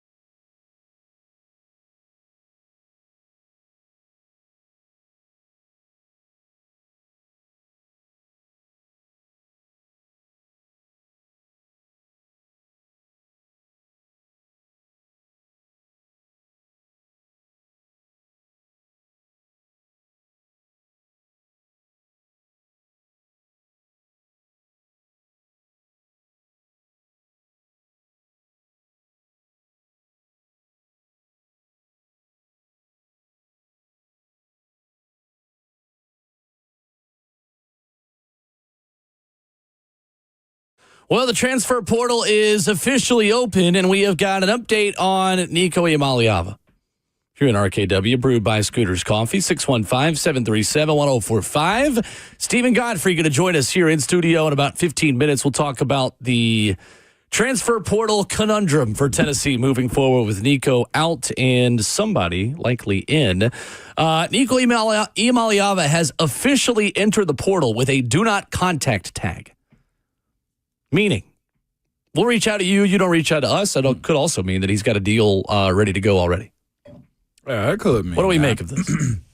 Let's probably don't reach out to us. We'll come to you if we want to. I guarantee there's a lot of teams trying to make contact with them, just trying to muddy the waters as it pertains to what they're willing to offer him and how they can go about getting him on campus. I think that's one of the biggest things that you want to try to do this time of the year is, hey, come see what we got to offer more than anything.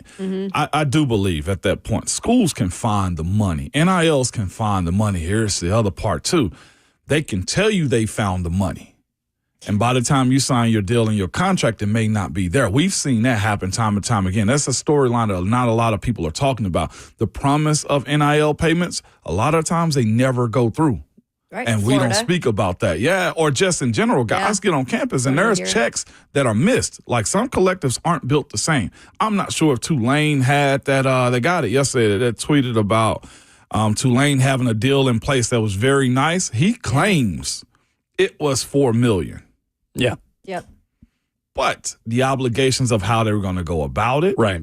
The payout of it, and I guess the security of the team. Well, I guess the structure of the team played a part too. It's always interesting. I love this, like this thing that they put out. Like it's almost like a do not disturb that you put on your door, right? Like when you're ready to have the cleaning people come in. I want you to clean, but not now. I want you to clean, but not right now. Yeah. And there's probably a lot, like you said, there's a little bit of overwhelmness that's come over the situation.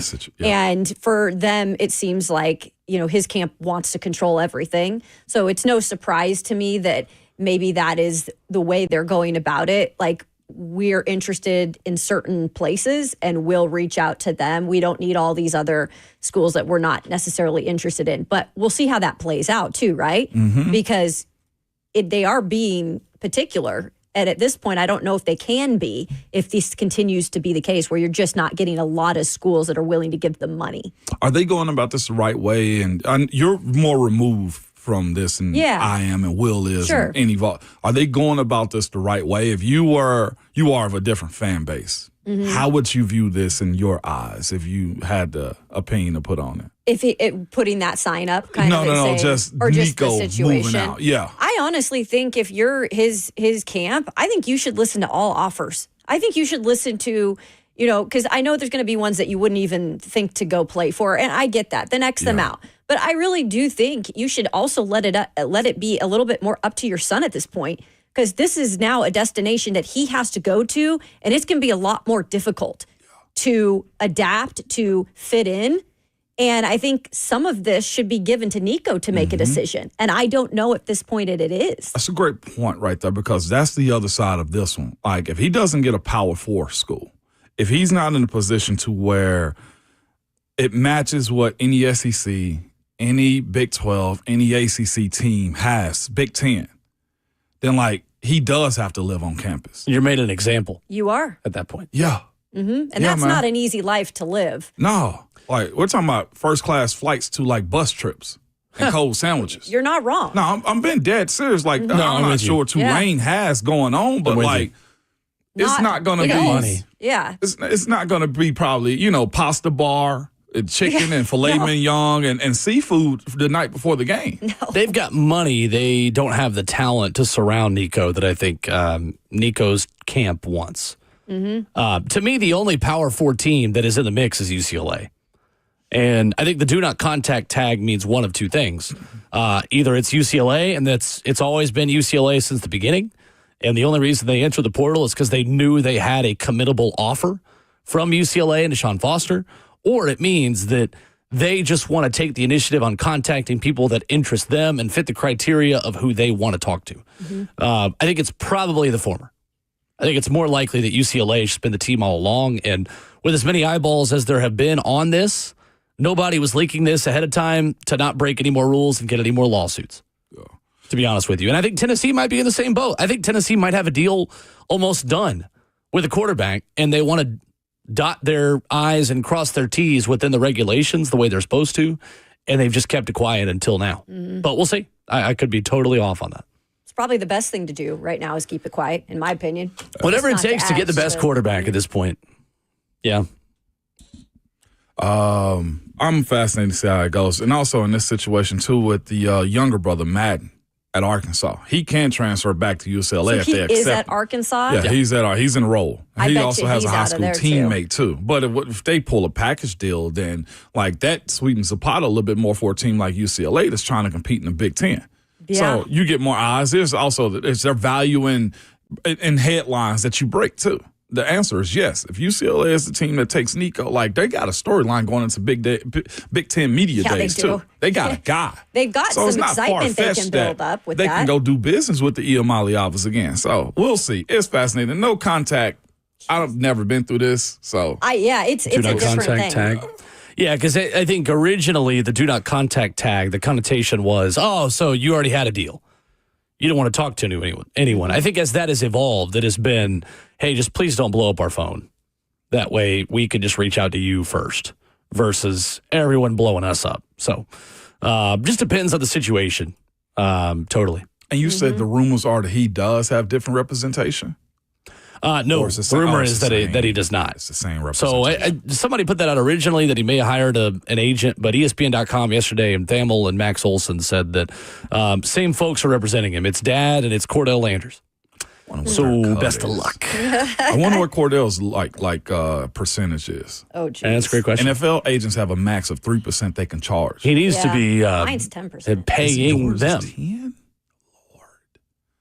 Let me negotiate on my own on that one. I know some that are paying $20 though. Is why I say that. You getting a deal then if that's the case. Yeah, I think it's a lot different for college football players. Yeah, they're charging 20%. 20% of the deal plus state and federal taxes plus just all your expenses. And when I give you a call, you better have field passes and tickets ready for me. Oh yeah, right. All the other perks that they want from it. Honestly. You're exactly right. No, honestly. for real. Jeez, that's tough. Coming up, Stephen Godfrey is in the building. He joins us for the 8 a.m. hour. He has a podcast out there called Who Killed College Football. It feels like we've been living an episode of it in real time that we'll talk about in 5 to 10 years. He will join us to talk about what is next for Tennessee, the coach reaction on Nico. Might see if we could even get a Cam Ward answer out of him on the college football person's perspective on the future Titans quarterback. All that and more with Godfrey next.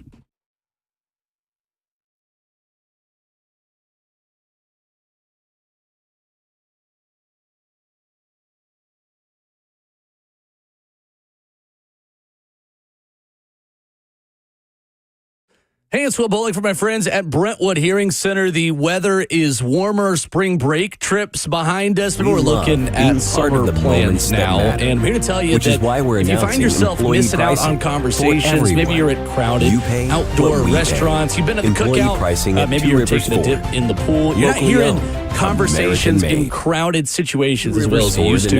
I'm here to tell you about a revolutionary new product, the Phonax Sphere, which is not only designed to help you hear when there's background noise, but it's also the only completely waterproof hearing aid on the market. Whether you're working up a sweat in the yard or enjoying water activities, children, grandchildren, you take a dip in the pool, you're down in the ocean, you no longer need to remove those hearing aids. You can keep them around you, even around water. And for a demonstration, just give my friends at Brentwood Hearing Center a call, 615-377-0420, or you can visit them online at BrentwoodHearingCenter.com. That's 615-377-0420, Brentwood Hearing Center, better hearing, better life. We all know that Nashville is the best place to live. There's so many things going on here, and sometimes that can feel a bit overwhelming, especially when it comes to trusting a real estate agent. That's why you need to check out my friend Bernie Gallerani. Bernie Gallerani has years of experience. He's going to know the neighborhood and care about your buying or selling goals. In fact, Bernie's going to guarantee to sell your home in 30 days or less, or he'll just buy it from you. Selling a home, it can be stressful, especially in a slow market. But Elizabeth, she found out firsthand what happens when you have the right real estate expert on your side. After months of having listed her fiance's condo with zero results, it sold at full price in just 5 days when Bernie Gallerani Real Estate took over. So when it was her time to sell her home, Elizabeth knew exactly who to call. Bernie is the only real estate agent in Nashville recommended by Barbara Corcoran of Shark Tank, and you can just give him a call now to get started. You can call him on his cell phone, 615-428-2644. That's 615-428-2644, or go to BernieGallerani.com.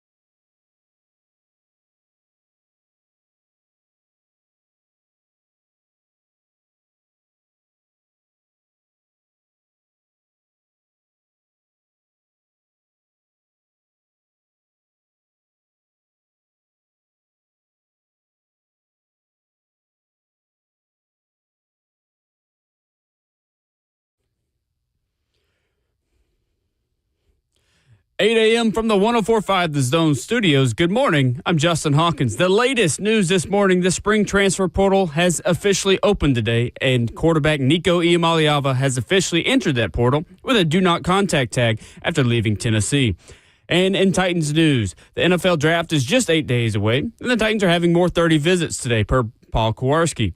They're hosting UTSA cornerback Zaw Frazier, Arizona State running back Cam Skattebo, Oregon running back Jordan James, Louisville cornerback Quincy Riley, Texas safety Andrew Mukuba, and UMass wide receiver Jacoby Keeney James. And in the NBA last night, the Orlando Magic defeated the Atlanta Hawks 120-95, securing the Eastern Conference's 7th seed in the playoffs. The Hawks will face the winner of tonight's game between the Miami Heat and Chicago Bulls for the 8th seed on Friday. And the Golden State Warriors defeat the Memphis Grizzlies 121-116 behind Jimmy Butler's 38 points to claim the Western Conference's 7th seed.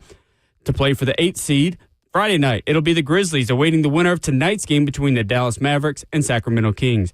And the Nashville Predators conclude their 2024-25 season tonight at Bridgestone Arena against the Dallas Stars. The Stars have lost 6 straight. They're looking for a win to catapult them to the first round of the NHL playoffs. The puck drop tonight is at 7 p.m. For all your foundation repair and waterproofing needs, you've got to go to USSTN.com. Breaking news at once on your home for Titans and the Vols. This is 104.5 The Zone.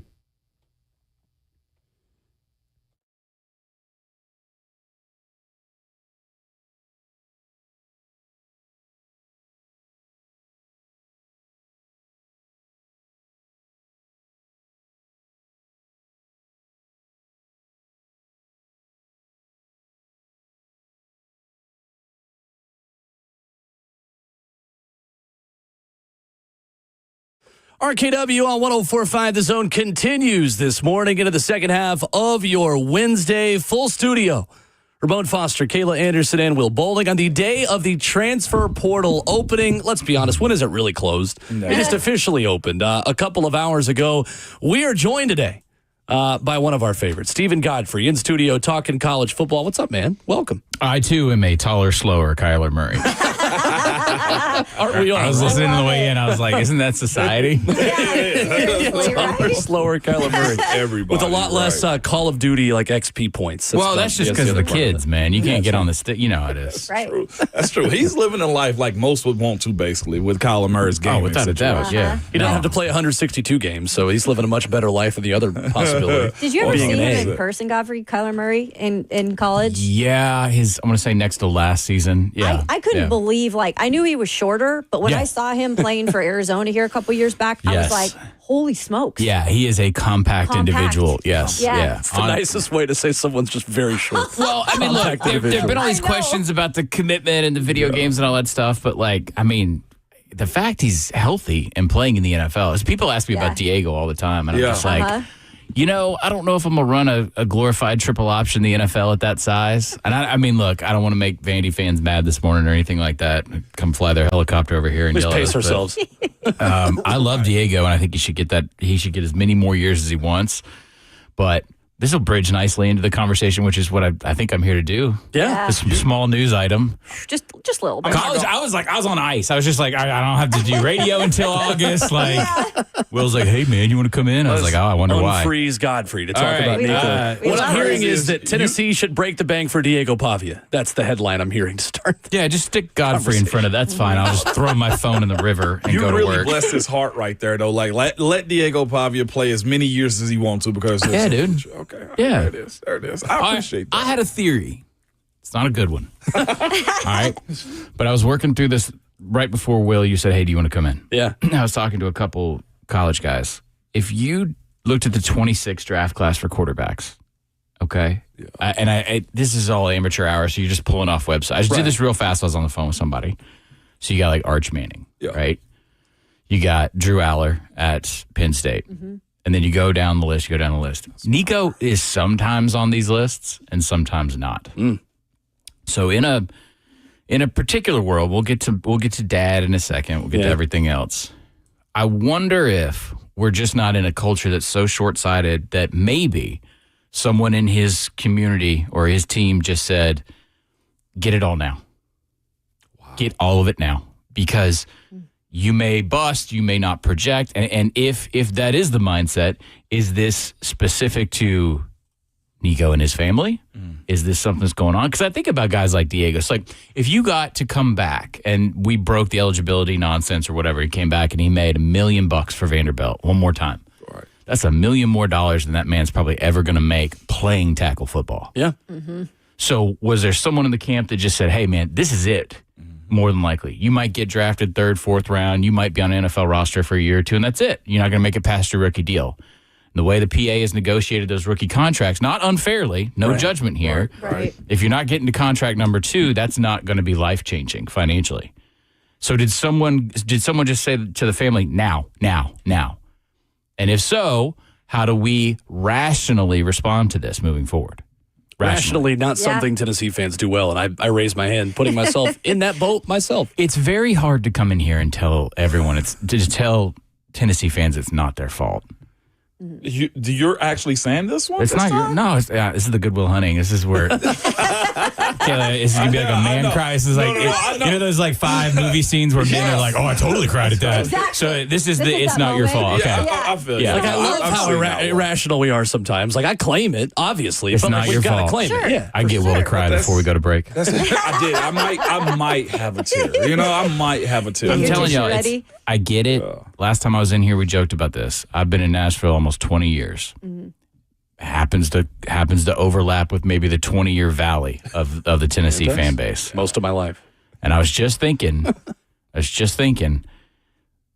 like last week or two before this happened, I was like, man, you know what? I've never seen more visible Vol gear in Nashville in the 20 years I've lived here. Everybody's happy. Basketball just had a nice run.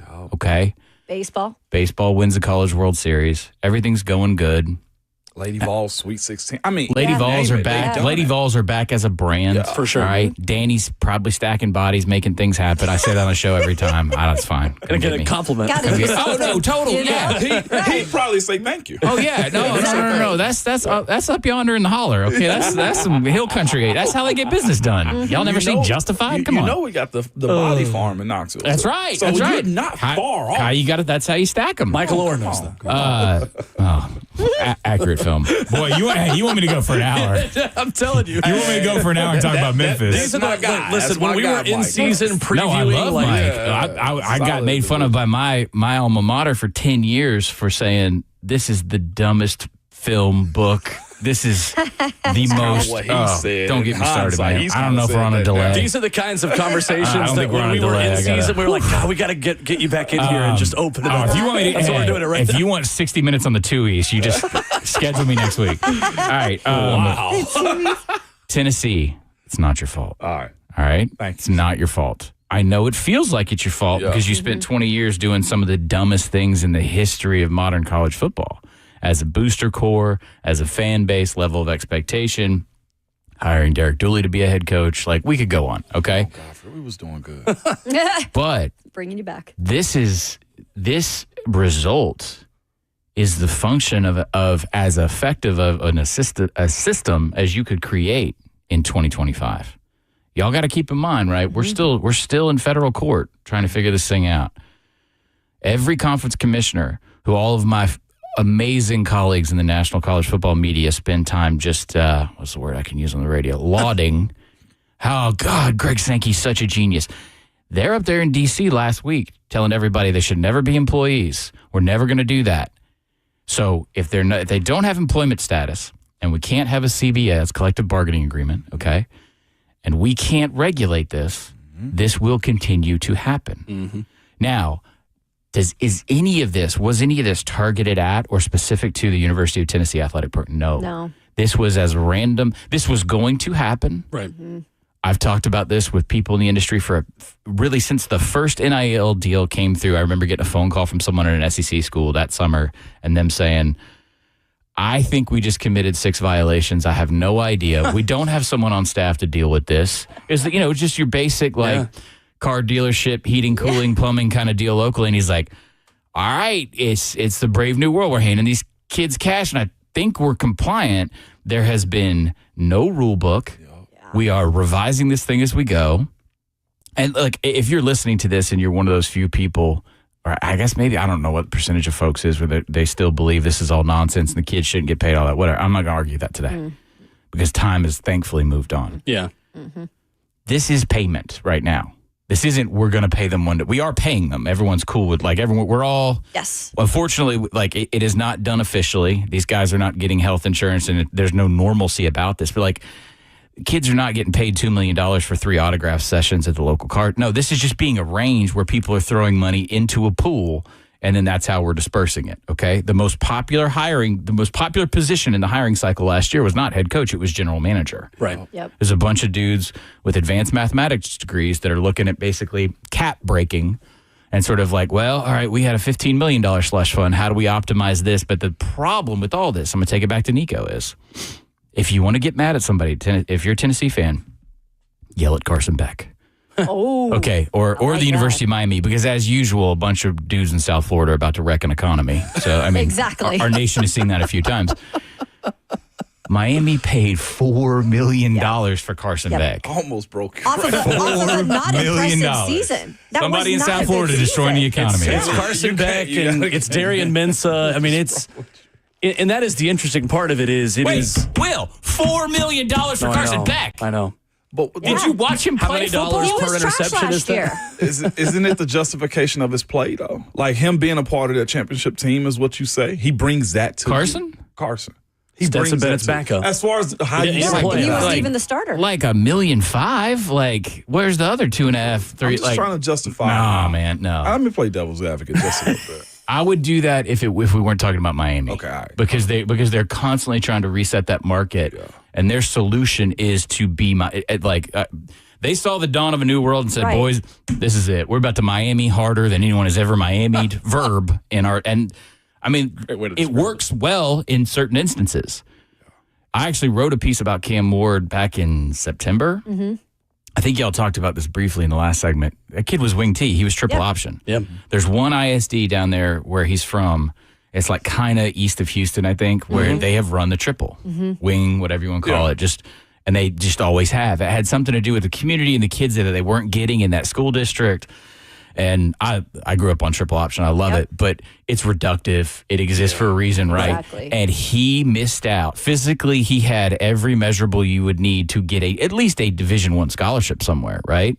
And so the system that we are bemoaning right now, if we're Tennessee Vol fans, is the same system that is going to probably, deliver Cam Ward to the Tennessee Number Titans. one, yeah. Right. 100%. Because that kid goes, do you think anybody in Davidson-Williamson County knew what incarnate No. word was? No. Right. Okay. By the way, they started playing football like 15 years ago. I had It's no in San idea Antonio. being at Washington State. I had to look it up when he went there. Yeah.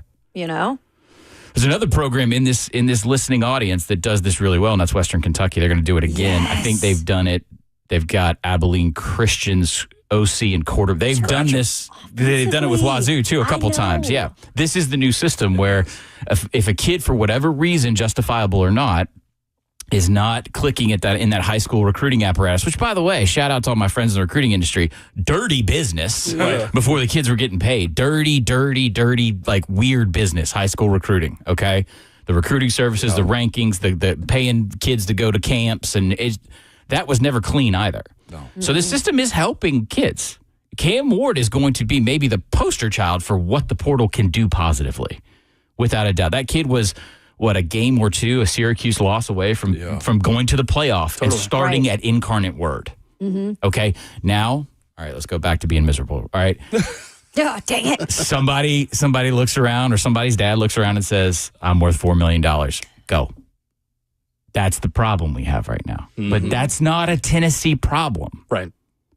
Didn't Cristobal, though, say stuff about this when this whole thing came up about Nicky Iamaleava? Like, wasn't he part of that conversation with Mullen, or not Mullen up there at Oregon, but Dan Lanning? Dan Lanning, about getting kind of in the conversation of, oh, hey, like, I don't know what exactly he said, but he added to the conversation of somewhat like this wasn't the right thing. Well, publicly, the coach note is always going to be like, well, we don't want transactional relationships. And then that is until their star wide receiver comes to them after spring ball and says, hey, I want $500,000 more. And they say, okay. Andy Staples, I think, probably had it best of the stuff I've seen so far, which is very common. Andy's great. Yeah, he is. He's like one of our favorites. When I came up in this business, he was like a very patient older brother. Nice. As I continued to make poor decisions. We all do. Well, when I was writing stories like Bagman and stuff, like other colleagues were like, I can't believe you're doing that. And Andy's like, no, it's like, this is it. This is your lane. Go for it. Andy's, I have a lot of respect for Andy, but this is not uncommon out of that family. This was known. Now, I'm not about to engage in the, hey, they're out the door. Let me download you on all the negative stuff that we kept in the building, but now we're free to go ahead and burn the kid on the way out because he is still a kid. Right. I don't think he's 100% control of his situation. I don't either.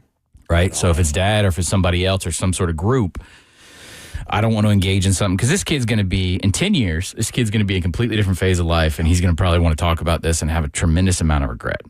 Because, spoiler alert, he ain't getting $4 million. No. Nope. I mean, we're up against it, but this is Maurice Clarett 2.0 to me. Without a doubt. But no, what Andy said was remember recruit your problems? Yeah. Y'all remember this back where it's like, hey, if this kid is known to be this, the family was doing this, finger quotes, in some way, shape, or form from the very beginning. Yep. you should not have been too shocked by this.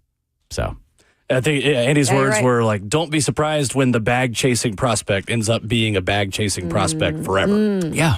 It's a good way to write it. Saying, oh, you're surprised that leopards ate your face? Right. Yes. Yeah. Exactly. Wow. Stephen Godfrey in studio with us. We'll talk about Tennessee at the quarterback position moving forward. A realistic expectation of what Tennessee can get in the transfer portal, and more on the Nico and the state of college football and NIL next.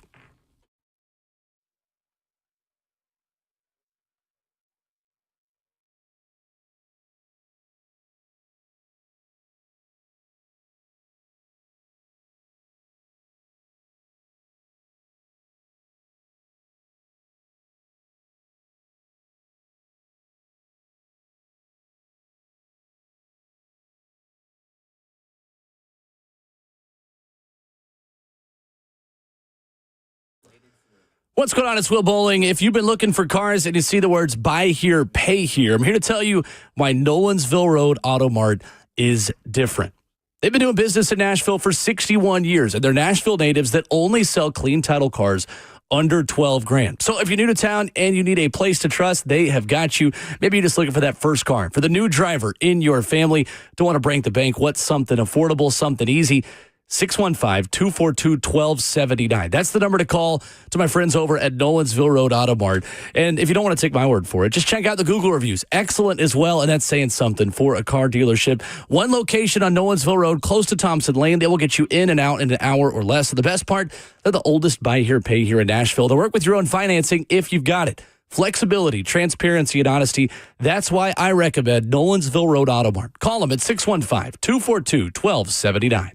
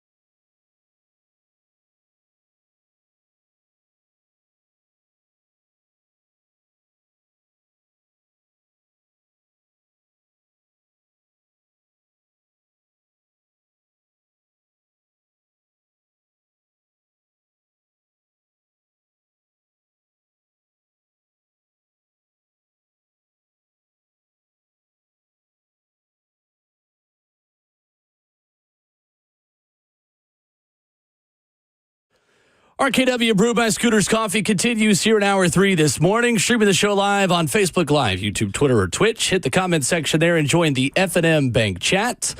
Ramon Foster, Kayla Anderson, and Will Bowling with Stephen Godfrey in studio talking college football. So, Godfrey, looking at options for Tennessee, you've made the point that we have made the past couple of days as well. That let's go shopping. Let's go ruin somebody's day. That's right. Let's go. This week feels like old Tennessee. Oh, wow. Meaning what flavor? Pre-Danny White, pre-Donnie Plowman. We're talking peak Philip Fulmer's the AD with respect to Phil, who I still have a great deal of love for. We're paying kids in, was it McDonald's back? McDonald's back? I think it ended up being Chick-fil-A. Either way, was it? take your Okay. pick. We had a little bit more class. That's a more values-based system, let's be SEC, honest, right? Yeah, exactly. They're closed on Sunday. That's what the cash is for.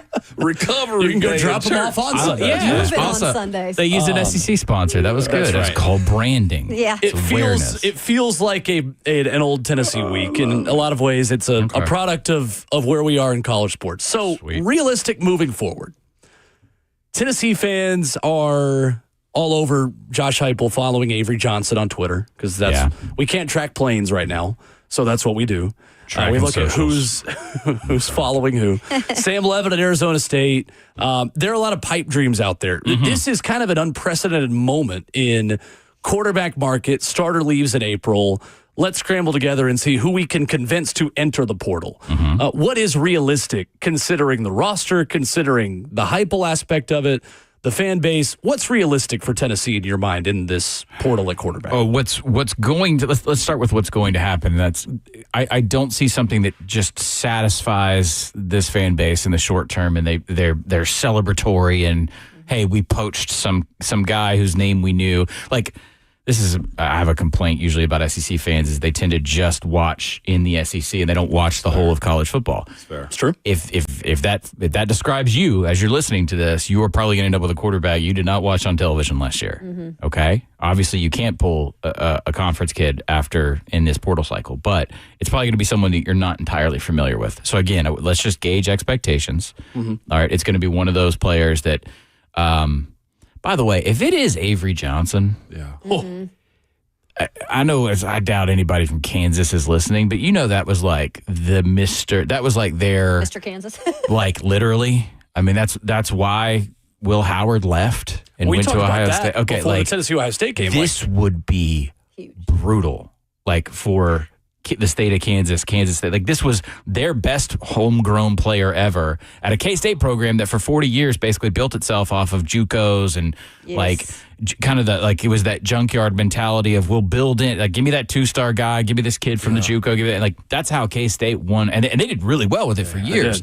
This was different. This was supposed to be like this kid's homegrown. He's a top tier prospect. He had all of the standard offers. Right, he could have gone to the SEC, he could have gone to Oregon, whatever. Stayed at home.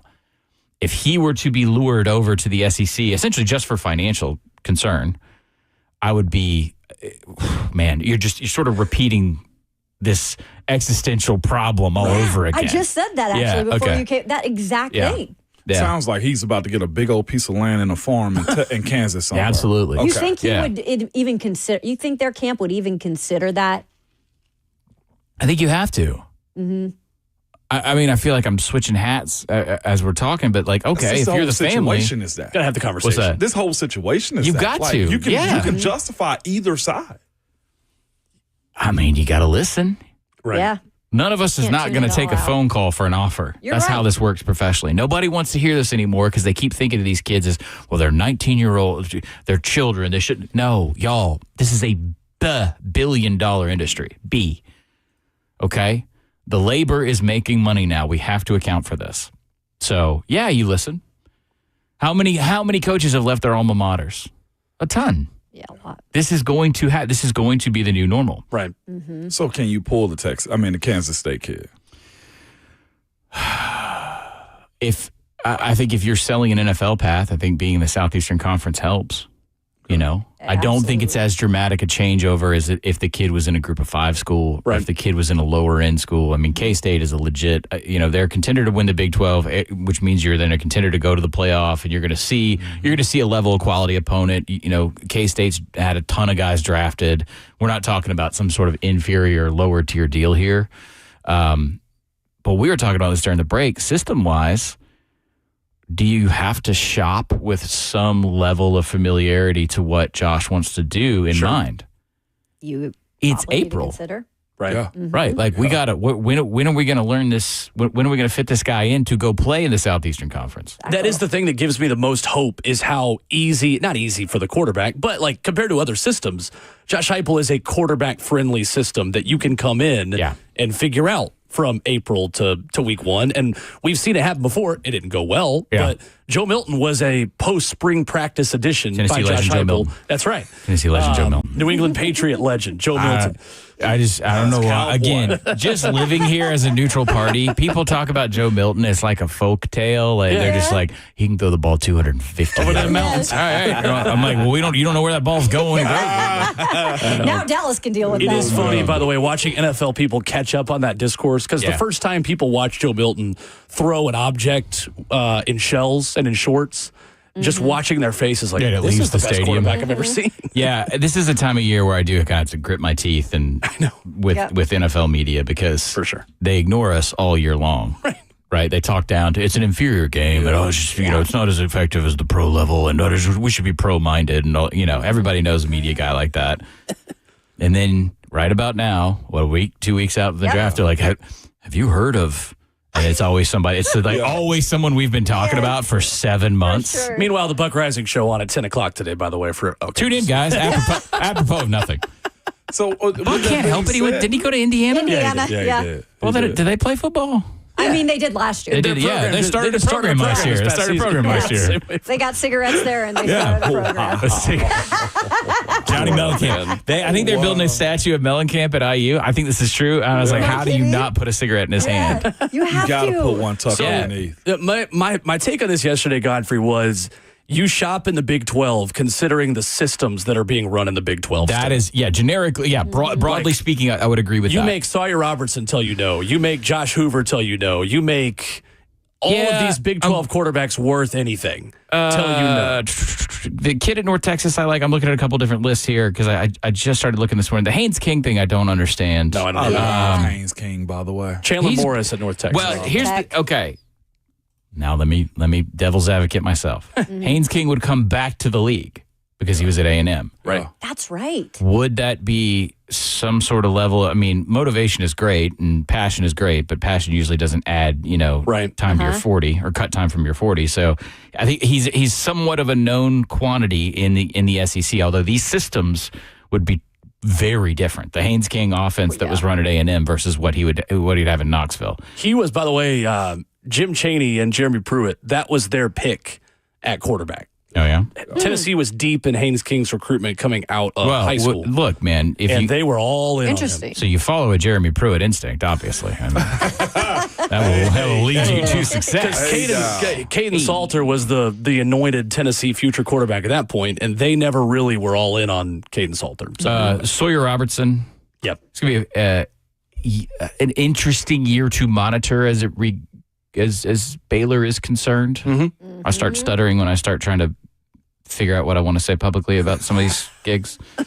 That might play into it. He's a really interesting one. Daniels at Kansas kind of feels like my first pick. Jalen Daniels would be electric. He's closer to what Tennessee had in Hendon Hooker as far as an athlete who can run. Yes. And it felt like Tennessee missed that really the last 2 years because Joe Milton was not tucking and running it nearly as much as Hendon Hooker, even though Joe Milton is an action figure. So I'm like, and Nico wouldn't either. I'm like 2 months away from actually doing my 25 homework. And by the way, I'm not saying that to be glib. I talk to coaches right now, and they're like, we don't know what. Well, that's the thing. A third of our roster is going to walk out the door this week. So yeah, I'm not. I'm not way too early. Top 25s have been out for months, Godfrey. But I would ask you, yes, and God knows, sports writers are nothing but accurate and knowledgeable about the sport of football. What you want is a bunch of nerds who have never put on shoulder pads to tell you about grit. Anyway, I'm going to ask y'all is. I think there was a misconception of Tennessee last year anyway. This was they got power run a lot. They were defensive minded. Defensive run the ball. I know team. like James Pierce isn't there. I hope he's in Atlanta next week. Y'all need You guys need an edge rusher. We need Jesus. Since the Apostle Paul is I don't, bud. They need some I thought magic. y'all called him Arthur Blank down there. Right? We don't. All right. I don't want to wreck the show right now, but it's a very sensitive subject. Penix is like I was going to ask you about what, like 3 knee surgeries, 8 shoulder. Yeah, okay. Yeah. That future of the Former franchise. Tennessee Sure. commit, Michael Penix. Yeah, that's right. Anyway. Yeah, under Nick Sheridan. Yeah. Who's now the OC. Yeah, you want to talk And he's about like small world, 25, dude. isn't he? Yeah, totally. Penix might be 42 in secret. Yeah, he might. Yeah, he might be my age. I'm Yes, 27. yeah, I think yeah, he's yeah. exactly my He might age. be in the Chrysler Pacifica class of life, For sure. as we all are. Now, what I was saying was, why we're gonna lean run heavy here, folks. That's what I was getting at. I was like, if we can find somebody that has enough experience, this is why maybe I'm talking myself into Haynes King live on the air. I love Haynes. Let's do some. Let's be service oriented at the quarterback position for Tennessee for a little while. Yeah. Because I don't see, when we were talking about this again during the break, I don't see how you're going to plug somebody in for the volume of passing that Josh Heupel, Will, you're talking about that original Josh Heupel offense from UCF. We don't need to be doing that day one. And they open up against somebody decent in Atlanta, Syracuse. right? Oh, yeah, let's not do that. Let's run the ball and win there, guys. Come on. This is not, we're not Absolutely. rocking. First month, let's get real reductive. Yeah. Let's grind this thing out. Right. Okay? Great So, point. yeah. All right, so we're getting Haynes King.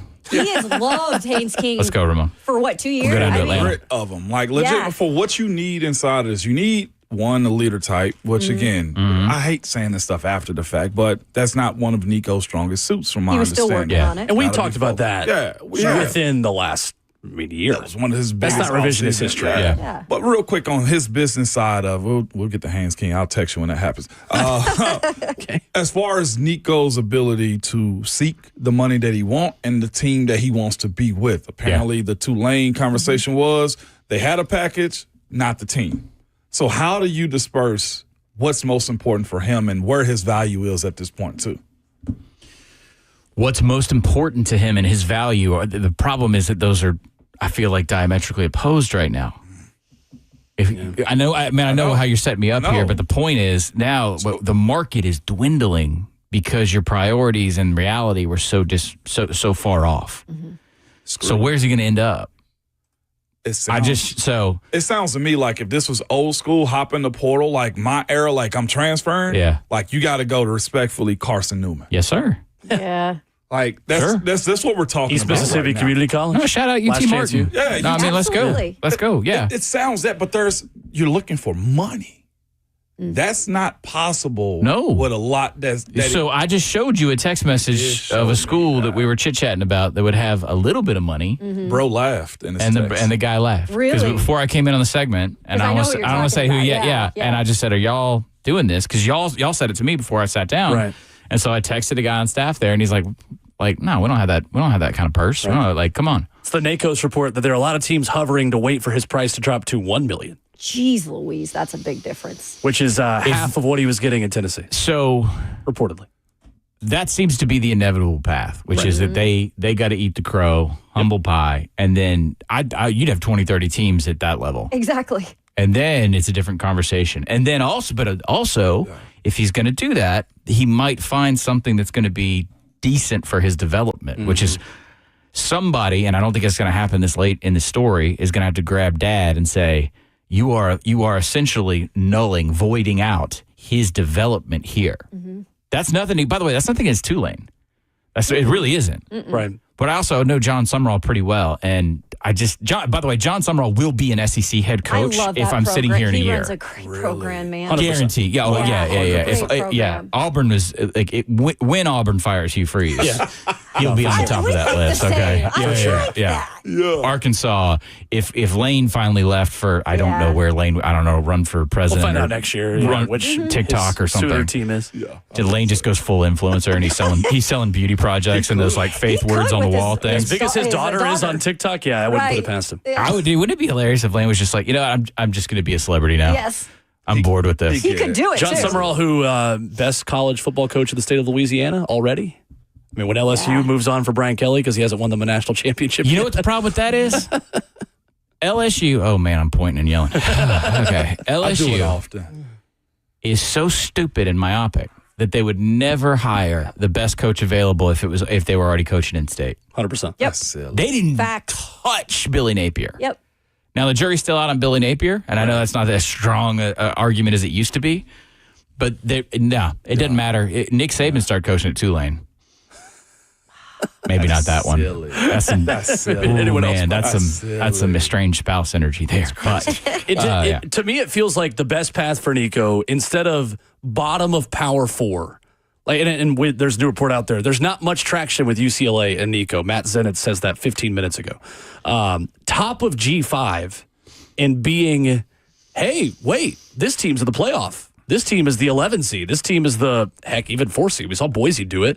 And Nico Iamaleava has elevated the play of a bunch of pretty decent G5 players. Okay. Like Tulane almost feels like the best case scenario, or a program with the profile of a Tulane that can get in the play. Like Dan Mullen, UNLV. Okay. Now let's talk. Yeah. Okay. West Coast, money. But they're not going to pay you that much. Exactly. You may have to knock a whole comma off. They might go 1-5. They might go 1. Yeah, but it's like UNLV. UNLV, But yeah. like Dan Mullen. Y'all, they rent that stadium. A little bit of talent. I'm not. I mean, like this is. They're on the higher end in that world. Yeah. But like. And they're going to be a part of what? No, they aren't part of the Pac-12. Not See, that's currently. The thing There's a conversation. I was going to say that needs to happen. Yeah. So But that's another story. But the problem is the revenue there. They're still in court on what we're talking about. That we're jumping around. The Mountain West is sort of becoming the Pac-12, and it will result in more revenue, but not in the short term. Not now. Yeah.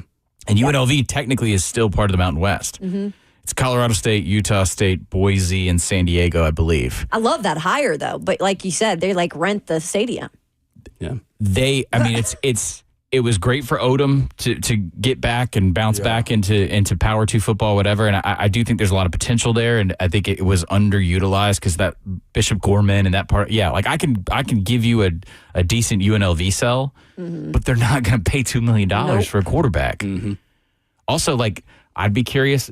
Dan strikes me as someone who could probably manage the family. I agree.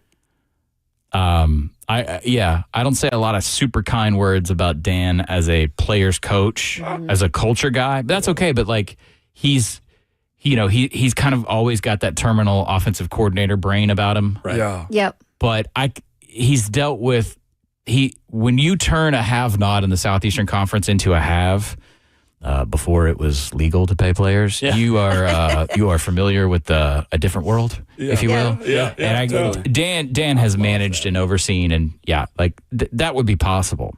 But again, now we're going back to the beginning. You are not $2 million away from $4 million. You might be $3.5 million away from $4 million. Compromising on something that was a non-negotiable with Tennessee, whether it's roster or money. There is not a situation that ends where this family doesn't look wrong or stupid or really at the worst, I think, harmful to their son. Stephen Godfrey in studio with us. We'll finish off the hour with him. Coming up next, more of the transfer portal discussion and maybe some thoughts on Cam Ward because he's going to be the Titans quarterback in 8 days. That's next.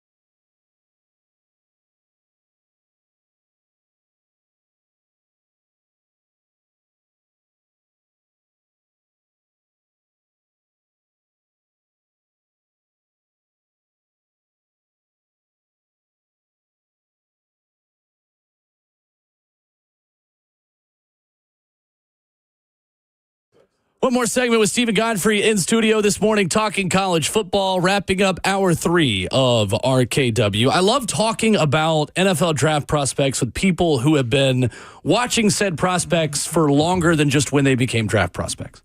It's a lot of words to say, Godfrey. I value your opinion on the guy that's going to be the Titans quarterback in 8 days. Pretty much, I mean, the jerseys might as well go on pre-order at this point. That's right, NFL dorks. You should have been watching Washington State this whole time. Isn't that right? Well, they're probably annoyed with me if they've been listening to this radio show for the past year. They're like, okay, enough. Look, this is why we watch Cuse on a Tuesday night. You never know now, all right? Right. You never know. Cuse is a fun program, too. Cam Ward was wanted by Lane Kiffin when he originally left Incarnate Word. Yes. He was wanted desperately by Auburn. Ohio State in the bidding war when Miami got him. Wasn't as good as Peyton Thor. Didn't want to interrupt. Sorry. Shout out to Hugh. Good job, buddy. That's right. What do you make of Cam, the prospect? And there's Mahomes comparisons. There's improvisational skills. There's sidearms. When a quarterback throws sidearm now, he's Patrick Mahomes. Yeah. I was listening to, it was the third segment before I came in the last hour. Yeah. And you were reading off. This is the dumbest part of sports. Yeah. Is draft eval. What did you say that one was like he scrambled, he doesn't have ball security when he scrambles. Yeah. I was like, okay, valid. Yeah. And that could get you in the pros more. Yep. One was like too relaxed or something. I don't know if you want to pull it up from whatever it was. Here it is. Okay. And Dame Brugler's the beast. Guilty of playing hero ball at times with 4 spur-of-the-moment decisions. Low, almost sidearm throwing slot will be issued for some coaches. Drops elbow, varying mechanics, which disrupts spiral and creates different angles from nose of football. Right, but then in strengths, you have Mahomes-like scrambler. Yes. Not fast, but runs with savvy. What is hero ball? Yeah. Right. Does that mean winning? Right. Yes, it is. We've given a name to it. How many, I'm not trying to criticize what the system in Kansas City, but is that not what is one multiple hero ball? I'm talking about when plays break down or extending plays. Josh Allen. Yes, it's not just Mahomes. That's what I say. Like the weakness to me, I think, is what this franchise needs. You need somebody that's going to say, hey, let me put on my cape real quick. I got y'all. There's nothing better than that. Yeah. I think at this point we have scrutinized this kid to a point where we're not going to learn anything new. Right. I acknowledge that he does not have a traditional set of his tape is weird, for lack of a better term. Because we're talking about Incarnate Word and where he was coming out of high school. Yep. Does he have a raw skill set? Check yes or no. It's like, all right, let's say yes. Okay. All right. What have we learned in the interview process in terms of aptitude? Okay. And then without getting stupid, and again, this is where sports writer nerd culture just goes overboard because they don't. And look, you know this. That culture inside when all the media is gone, when everybody's gone, there's a raw and sometimes impolite and not politically correct leadership culture, let's call it, especially at the quarterback position. Absolutely. Okay. It's an alpha tendency. You have to be the best student, the best teacher. At this position, it's just some things we're not comfortable talking about in public and the media. Do football people believe he has that? Okay? Yeah. And I don't know if we're going to glean all this from draft reports. I'm not trying to shake down the draft industry necessarily. I'm just saying that we've gotten to a point now where we're parsing this to parse it. There's a lot of intentional lying out there this time of the process. and it's positioning and it's stupid and everybody's got a publicist now, and so it's nonsense season, and we're guilty of it too because we go year round. I mean, you guys, I'm not pointing at a 3-hour morning radio show that covers all sports, but like you turn on NFL Network and look, they're putting out just as much coverage in February as they are in November, so you got to talk about something. Health is probably going to determine his future more than anything else. So now I want to bridge into, let's stop talking about him. You draft a quarterback at 1 and you don't trade back with all the needs in this franchise. That's a endorsement, and a pretty strong one, of the current coaching staff. I am not here to say yay or nay on that coaching staff, but they just fired a GM who they had make moves to set up the future. Like, they've already made sharp turns. This is why I have such a low opinion of the Titans as a franchise. Fail, fine. Most teams in the NFL are going to fail. Most franchises will finish the season feeling some level of failure. Right. Fail deliberately. Fail with a plan. What the Titans do, as in just someone who lives here and absorbs a lot of Titans information, is that there's no tip of the spear. Right. I give this Nick Saban speech all the time when I talk to like boosters and stuff about how do you fix Alabama? Like, what's the legendary story? And I call it tip of the spear, but all it really means is one individual, or it can be a consortium. We've seen, look at, in Philadelphia, I think Howie's probably more the identity right there than Sirianni. Sure. Yes. So it's one or more individuals where it's a like-minded group, but it's usually one person at the very top. Yeah. They are going to dictate the immediate future of this franchise. We are going to be X on the field. We're going to do this. The Titans have been bereft of a discernible identity for as long as I can remember now. Since the last playoff run, was that like Munchak? Our 2019 AFC Championship, and that their identity was Derrick Henry. Derrick Henry. Derrick Henry's been the only. And there's nothing wrong with that. Right. But right now, short amount of time. With nothing against this current coaching staff, right. I'm sitting here wondering why the previous coaching staff was fired. I'm not sure that the previous GM wanted to fire that coaching staff. Right. And then I don't know why the GM was fired after helping hire the new coaching staff. Right. Yes. Like, this is, I know y'all are the partner of the Titans, and I'm not trying to, but I'm like, we've had these conversations. Stupid behavior. GMs at the same time. This is not a good football franchise right now. Don't cut the head off the snake as part of it, because it keeps on then attaching itself to the last regime. Yeah, we're sitting here talking about Cam Ward. Why in the world do we think we're not going to be sitting here in 16 months talking about what value could we get for Cam Ward? He hasn't worked out. Or what head coach is now going to get the most out of Cam Ward? Yeah. It's Ben Johnson replacing Matt Eberflus. Was Will Levis that good on the way up? Was he always people are calling him a fraud? Was it? Yeah. Look, there's been too much variation in this franchise for me to say it's that player, it's this coach, it's this system. Yeah. Rand Carthon is extremely well thought of and I've never had anybody say anything other than something nice, and I don't do a lot of NFL. But objectively, as someone living here, there is one constant here, and it's the people who own this franchise. Yeah. And they run a bad business fundamentally. Mm-hmm. And it is my opinion, just as someone, hey, I'm a Davidson County taxpayer, so I'll say this on local radio. Yeah, there you go. You get that stadium done, maybe it's time to sell. Find someone locally who's more invested in this. Because it's obvious that your ownership doesn't know what it's doing if what you're supposed to be doing is not even just winning, but providing a consistent product. This is one of the fastest growing cities in America, and there is no reason at all to become a Titans fan or to show interest in this. I keep saying program because I'm college, but this franchise. Sure. And I'm a 40-year Falcons fan saying that. The flamethrower on the way out from Stephen Godfrey this morning. Great to see you as always. We appreciate your time. Fun visiting. Thanks. The NFL segment was that was the most fun. SNL open right there, man. I know, right? To make it positive on the way out, we get to watch Spencer Strider pitch again tonight. So hopefully, oh yeah, because you're a Braves fan. We'll see if any other women are asked out during tonight's scream. I didn't want to scream side directly into Mike. So there is Stephen Godfrey coming up. Rhett Bryan at Titans Radio joins us next.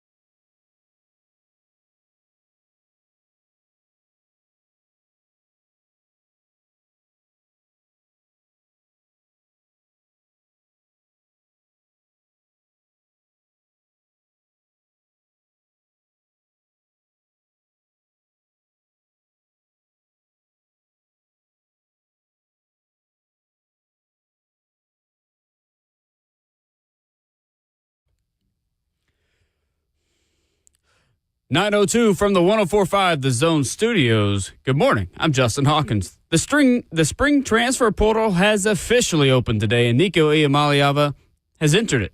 He enters with a do not contact tag after leaving Tennessee just the other day.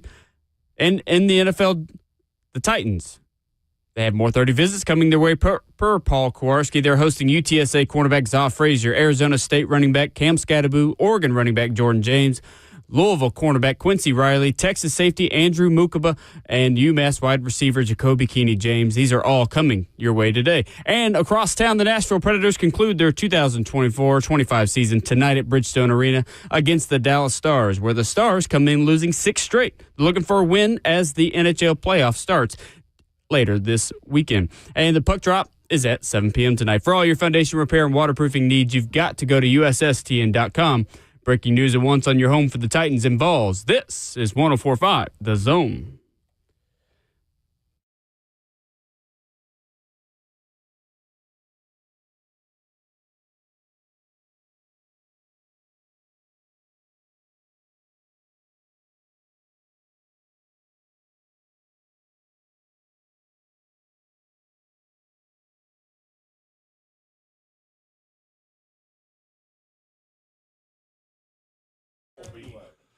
RKW Hour 4 on this Wednesday morning, getting started. 615-737-1045. It's streaming live on 1045 The Zone TV, Facebook Live, YouTube, Twitter, or Twitch. Ramon Foster, Kayla Anderson, and Will Bowling talking Titans here in Hour 4 with the executive producer of Titans Radio and his Titans Radio Draft Bible on paper.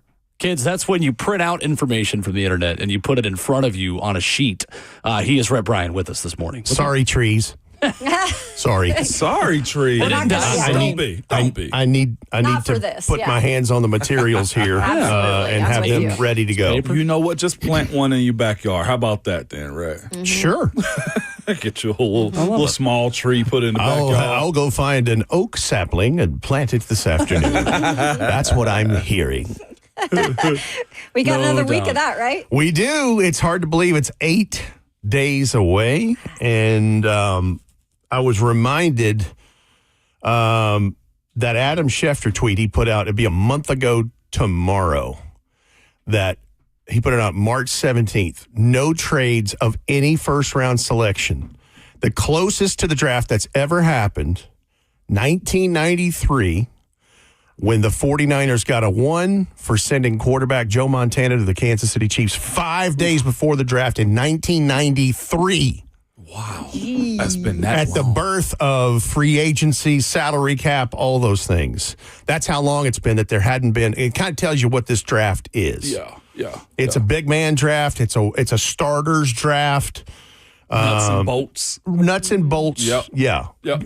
Good framework stuff. Not a lot of just off the rails, off the chain superstars. Yeah. Which is what the team is mostly comprised of That's anyway, right. right? Like that's a team for the most No, part. this is going to be getting your team needs taken care of type of draft for a lot of guys. In fact, that's the thing that I think is the interesting discussion that's really starting to develop is there's a lot of opinion about who's the draft guys after about the first 5 or 6 picks, because there aren't that many true first-round grades.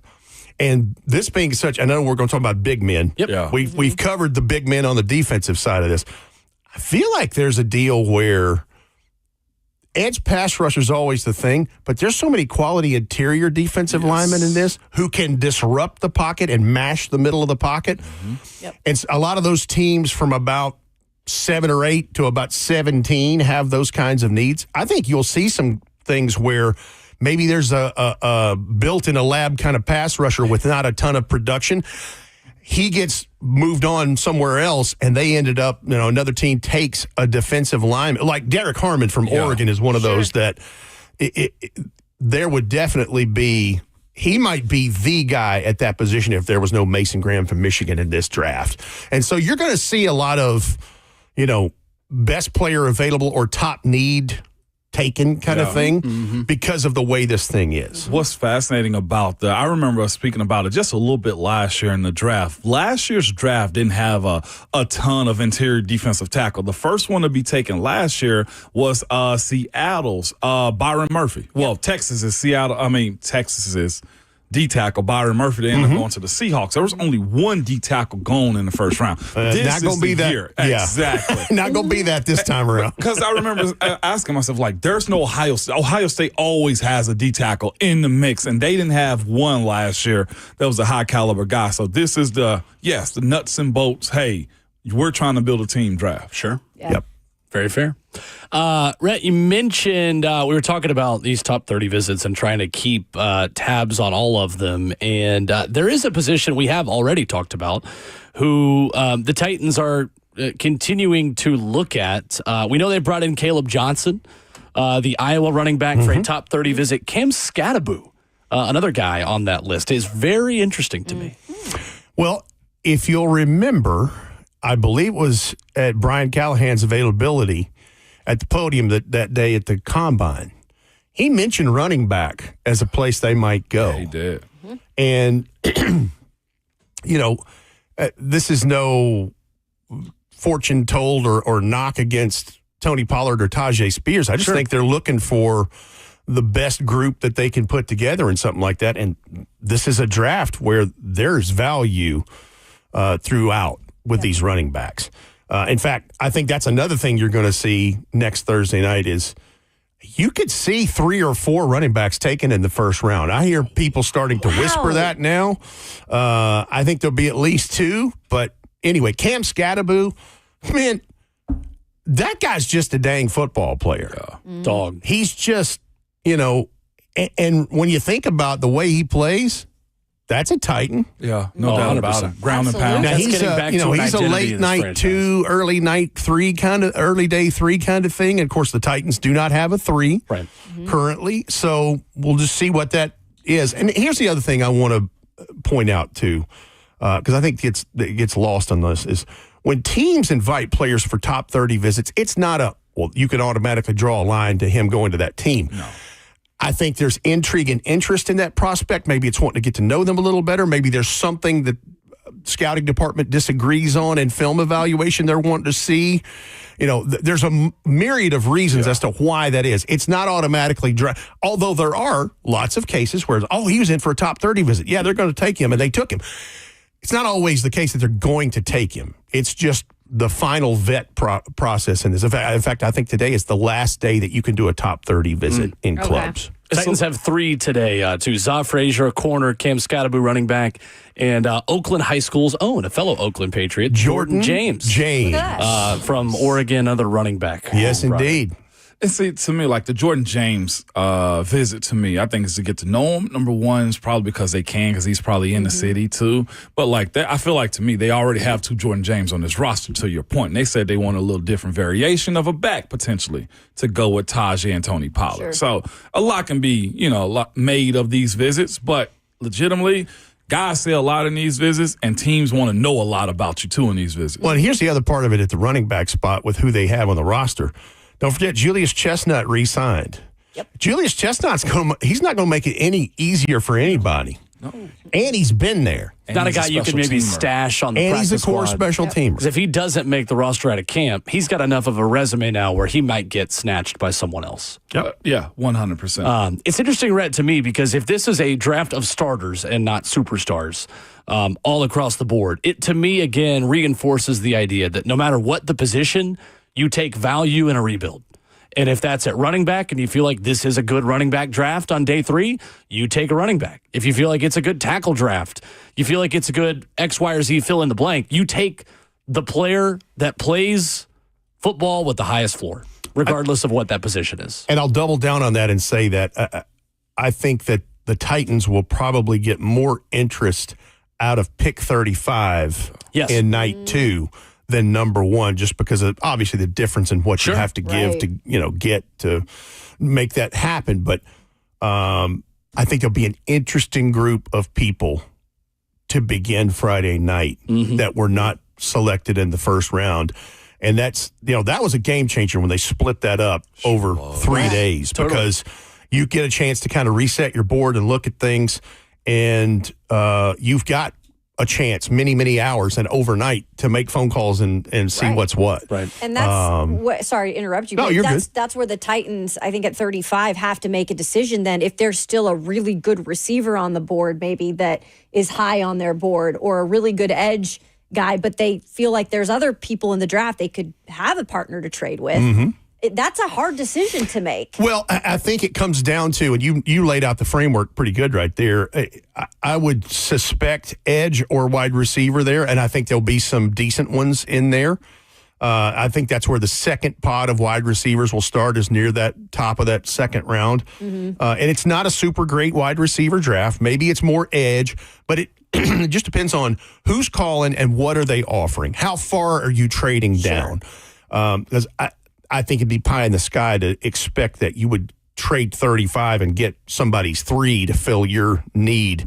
You maybe, if they're, desperate enough, for lack of a better term, maybe you get their 3 next year, but I just don't know that you get the 3 that you're looking for after that. But it's just, how far do you trade down versus what you have sitting there and a possibility to take a selection of? Totally. You're hoping for, I think, one of two things to happen if you want to trade back. You want Tyler Shuck or Jalen Milroe, or heck, even Jackson Dart, which is unlikely that he's on the board at 35. You want a quarterback on the board that somebody wants to overpay you for.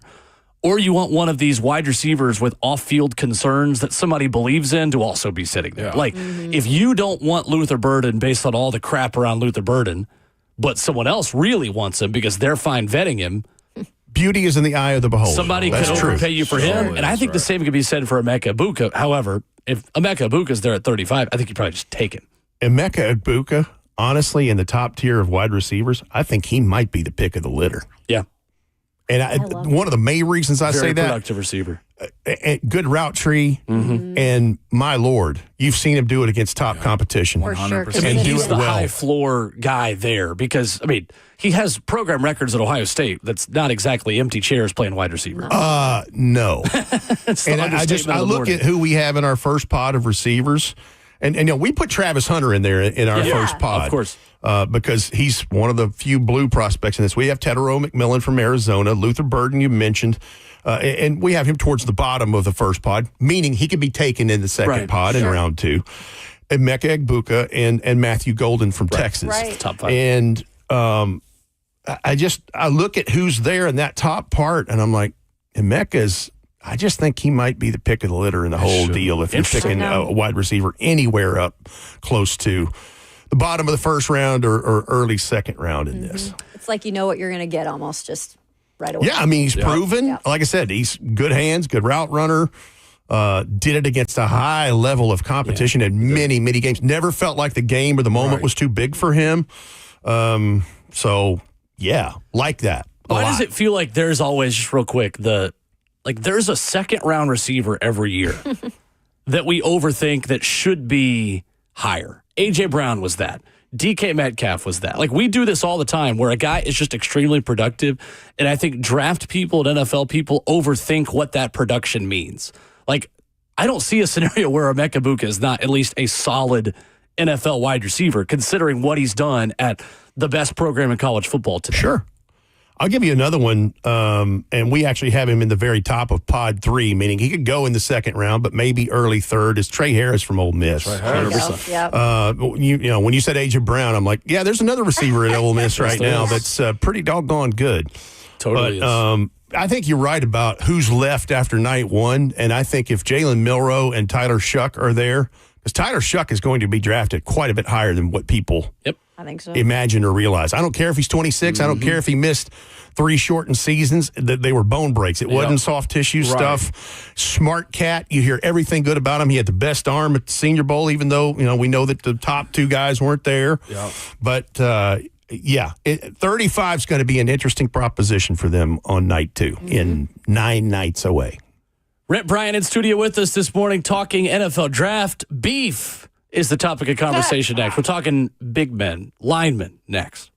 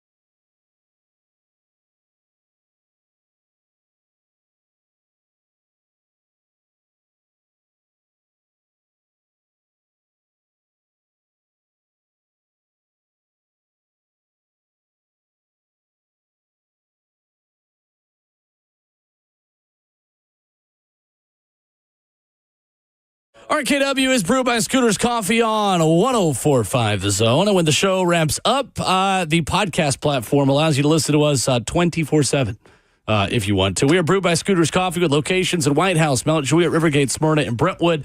And on your favorite podcast platform, wherever you download podcasts, Apple and Spotify, where we recommend you go. Like, rate, subscribe. Exactly. All of them. If you like the show, leave 5 stars. If you don't like the show, just keep your opinion to yourself. Rhett, as we look at tackle prospects and look at offensive linemen in general, it feels to me like the draft, it's kind of crazy. The top 5 seems pretty, not set in stone. The Giants are still a question mark, but there is a tackle prospect now, a part of that top 5 that feels pretty routine. It's Cam Ward at 1. It's Travis Hunter at 2 to Cleveland. It's, we think, Abdul Carter at 3 to the Giants. And Sounds then right. Yep. Will Campbell, tackle of LSU, feels like he has emerged as the guy for New England. Top offensive lineman on the board. Is that what the Mac Rhett Titans radio board feels about the tackle prospects? Yeah, Will Campbell leads the class in this. And as much as New England and Vrabel needs a left tackle, if anything goes sideways with one of those first 2 or 3 picks, that could change that, and you might actually get somebody be a trade partner with the Patriots at 4. But I think it goes like you're talking about. Will Campbell, 6'05", 7'3", and of course, wing 77 at 3/8, arm debatable, 33, 34, 31. Who's to I don't know say? where. But yeah.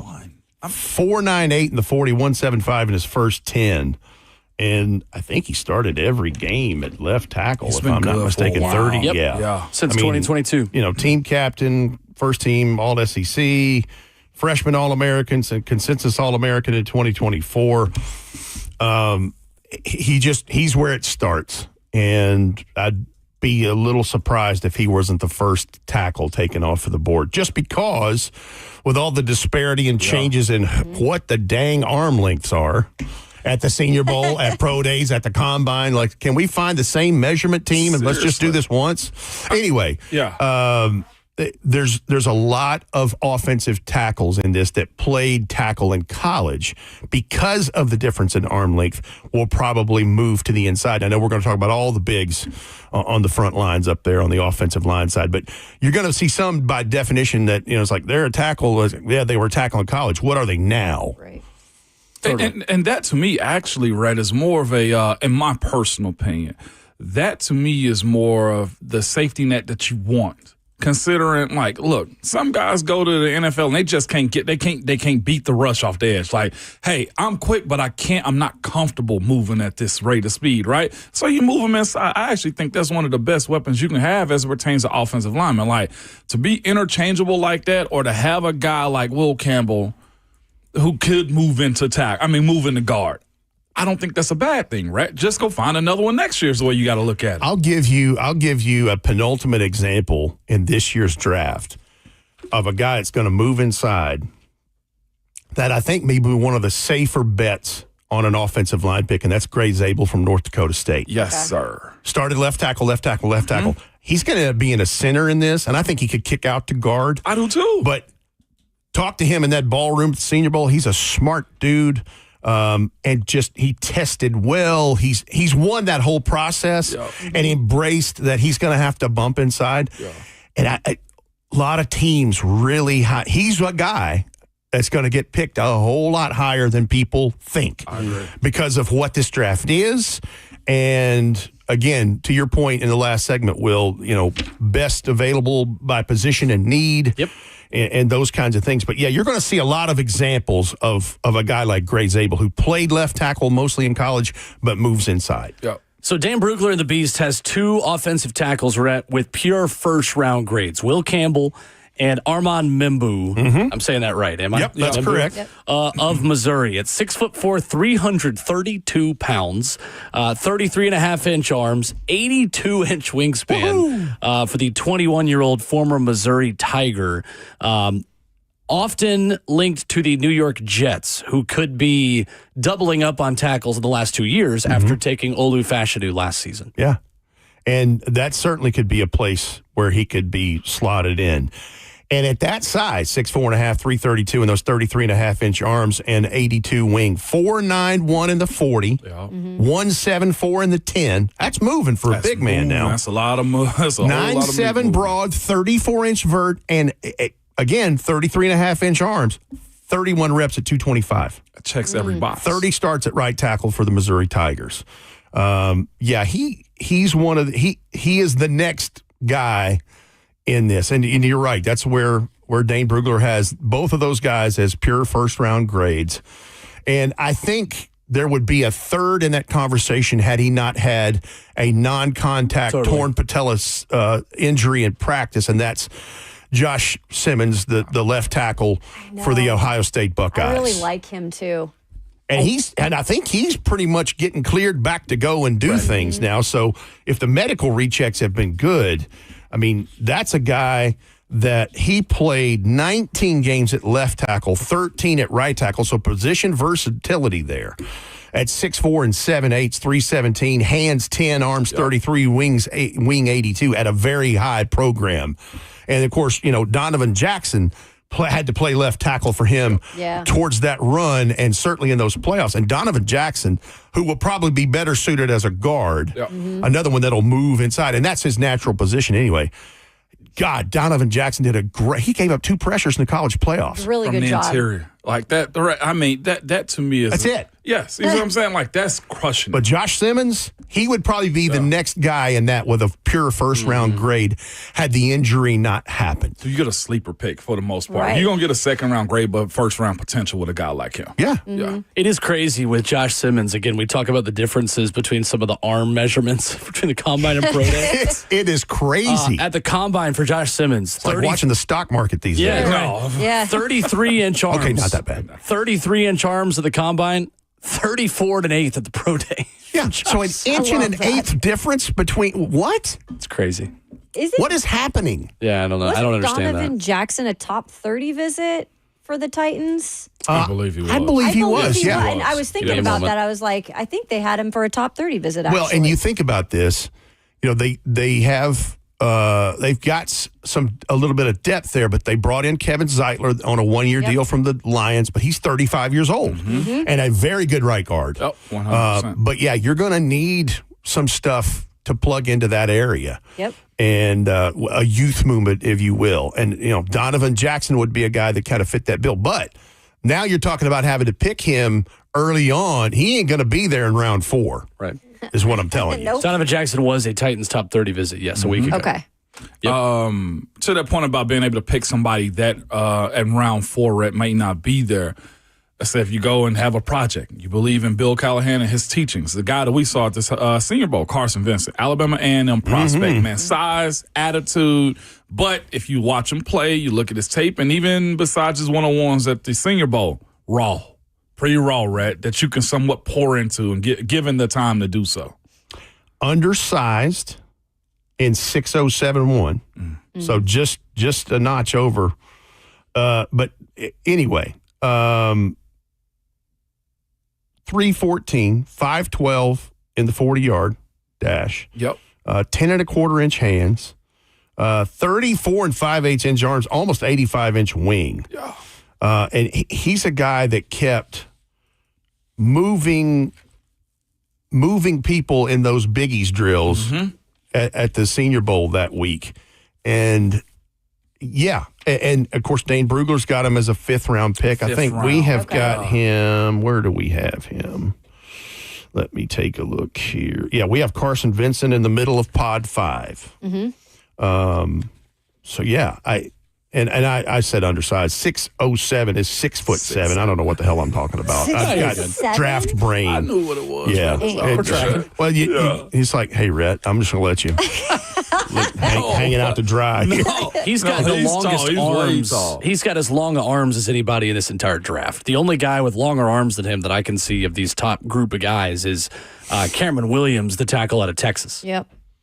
You know, the one that is not being talked about in this tackle group that is interesting to me is Kelvin Banks from Texas. You don't hear him talked about. They got him as a guard. Exactly. Yep. That's why you're not. Did he have an injury too? He was in and out of the lineup later in the year. I don't think he played in a playoff game. We've got him in pod 1 at tackles and interior offensive line. Okay. But you're talking about a guy 6'5" and an 8, 315, hands 10 and 3/8, big bear paws, 33 and a half arm, 84 and 3/8 wings, which the length there says he's outside, but his play strength in those things, I guess, is what's more interior. Right, because 42 games at left tackle for the Longhorns, 2024 Lombardi Award winner. In today's world, too, a relatively young guy, so he's just 21. He's coming into his own. He's more of a tackle to me than Will Campbell is, and I'm trying to figure out the whys in this one. But again, his movement's a little bit different than how you view a guy like him, but you're getting the first-round talent for a guy that you can potentially get late in the first or second round. I like Kelvin Banks. The 5'1", 640. 5'1", 640 tackle? Is good. I know. Yeah, a tackle. Yeah, I'm trying to make sense of it, too, because 315, 5'16" is And again, you're starting 42 games at left tackle for the Texas Longhorns, which now in the Southeastern Conference. He didn't play Camp Cupcake schedule here, boys and girls. And missed one game due to injury. Missed the SEC championship. So durability there. Ankle injury. Yeah, totally. Rhett, there's a couple of SEC guys. Well, a few here. There's some LSU guys, but the pair of Tate Ratledge. From Georgia, and Jared Wilson. Just interested on where maybe they lie. We always talk about the big SEC schools, especially the man up front. Yeah. I'll just say this. Jared Wilson made a lot of money when he ran that 4.8. I think he was one of the last one to run at the combine. Watching him move again. If you can get a center, man, that's got the size, got the power. He's 6'3", 310 is what they have him listed as right now. I think he probably play around 315. If he's got the body to move guys around, he can play in any system at that point. He's got the athleticism, and he also played at Georgia. Now, depending on what type of Georgia offensive lineman you get, he checks every single box of being a ready-made or by year 2 starter for a franchise. No, and he's right there. We have him in the second pod. Okay. So meaning he could go in late first, but probably early night too. Okay. And at those measurables that Biggie over here just gave you, 4.84 in the 40, 1.72 in the first 10, 4.56 in the short shuttle, 32-inch vert, 9.4 broad. Not too shabby, right? Checks it. Yes, 100%. Tate Ratledge is an interesting prospect, too, because 6'6.5", 308, hands 10 and 3/8, arm 32 and a quarter, wing nearly 70, just about 79 and a half. And he's got a tie to Tennessee in this. Longtime high school football coach in Cleveland, Tennessee, and former Tennessee Tech star Dean Ratledge is his father. Yes. So, grew up a Tennessee fan. Shot putter, had a Lisfranc injury in his first start in 2021 and did not play as many games his freshman year, but 14 games in 2022, 12 in 2023, started at right guard in 2022, missed 4 games in 24 with tightrope surgery on his ankle. That's right. But the guys, again, battle-tested, missed some time, but has come back and played, on one of the perennially big programs in college football. Yeah. Plus, he's got a wicked mustache and a Missouri waterfall mullet. He looks, I tell you, if you look at his headshot, he looks like Mike. Oh, my God. He looks like Mike Ditka when he coached the Bears in the late 80s when Mike Ditka got a perm and a mullet. That old man face. I'm serious. He does. And he does. He's never been arrested for speeding. Thank gosh. Which feels like an interesting or an important caveat when you're drafting Georgia players. And I'm going to tell you, you bring up something jokingly, and I bring up something serious to follow it up. Listen, the news about Kyron Lacey over the weekend was absolutely horrific. Yeah, it was. Yes, it was. He was going to be on charges for vehicular manslaughter, I believe. He basically sped over, I think it was a 70-year-old guy some months back. And he took his own life after he took police on not necessarily a high-speed chase, but a high-speed joyride, whatever you want to call it, and ended his life at 24 years old. And you're talking about a guy that, you want to see how much he meant to somebody and where he was thought of? Look at what Malik Neighbors said about him as his former teammate. And had the off-field stuff not been there, he'd be a guy in this class we would be talking about next Thursday night. One mistake. Yeah. We just saw the same mistake happen right down here on Demumbrian 2 weeks ago with the accident in the same type of vehicle. Yep. You know what I'm saying? Like, it's you hate Really that for sad. Kyron Lacey, man. Yeah. And he had a lot of friends. Appreciate you bringing that up. That's tough, Rhett. I know there's an Alabama player that's changed his number in the NFL, a former Alabama player. Yeah. You know, Was because it Branch? I think it was the DB. I can't remember which one. I just, it's tragic for the family members of the man involved in the accident. Both. And then Kyron Lacey's this is just a lose situation. And listen, anybody out there listening this morning that you've got some things going through your mind, there are numbers and people to reach out to. Please do that. Please. Absolutely. Rhett Bryan in studio with us. When we talk with Rhett next week, it will be draft eve. Whoa. Here in Nashville, it's Tennessee. Already here. That is right. We will take a look at the Titans targets, starting with the quarterback, of course, Cam Ward, next Wednesday. And will there be a trade between now and then? Of any of the first-round picks? I say no. Or were the Titans at 1? I don't think so either. No. I think we may not have a traded first-round pick of any kind until that night or that afternoon. Yeah. Crazy. Yeah. Probably John. What a world we live in. I can't wait. Pretty wild. Rhett Bryan in studio with us. Thank you, sir. Good to see you. Thank you all. Thanks, Rhett. Coming up, Cam Ward said some things into a microphone last night while he was playing a video game. We'll talk about it next.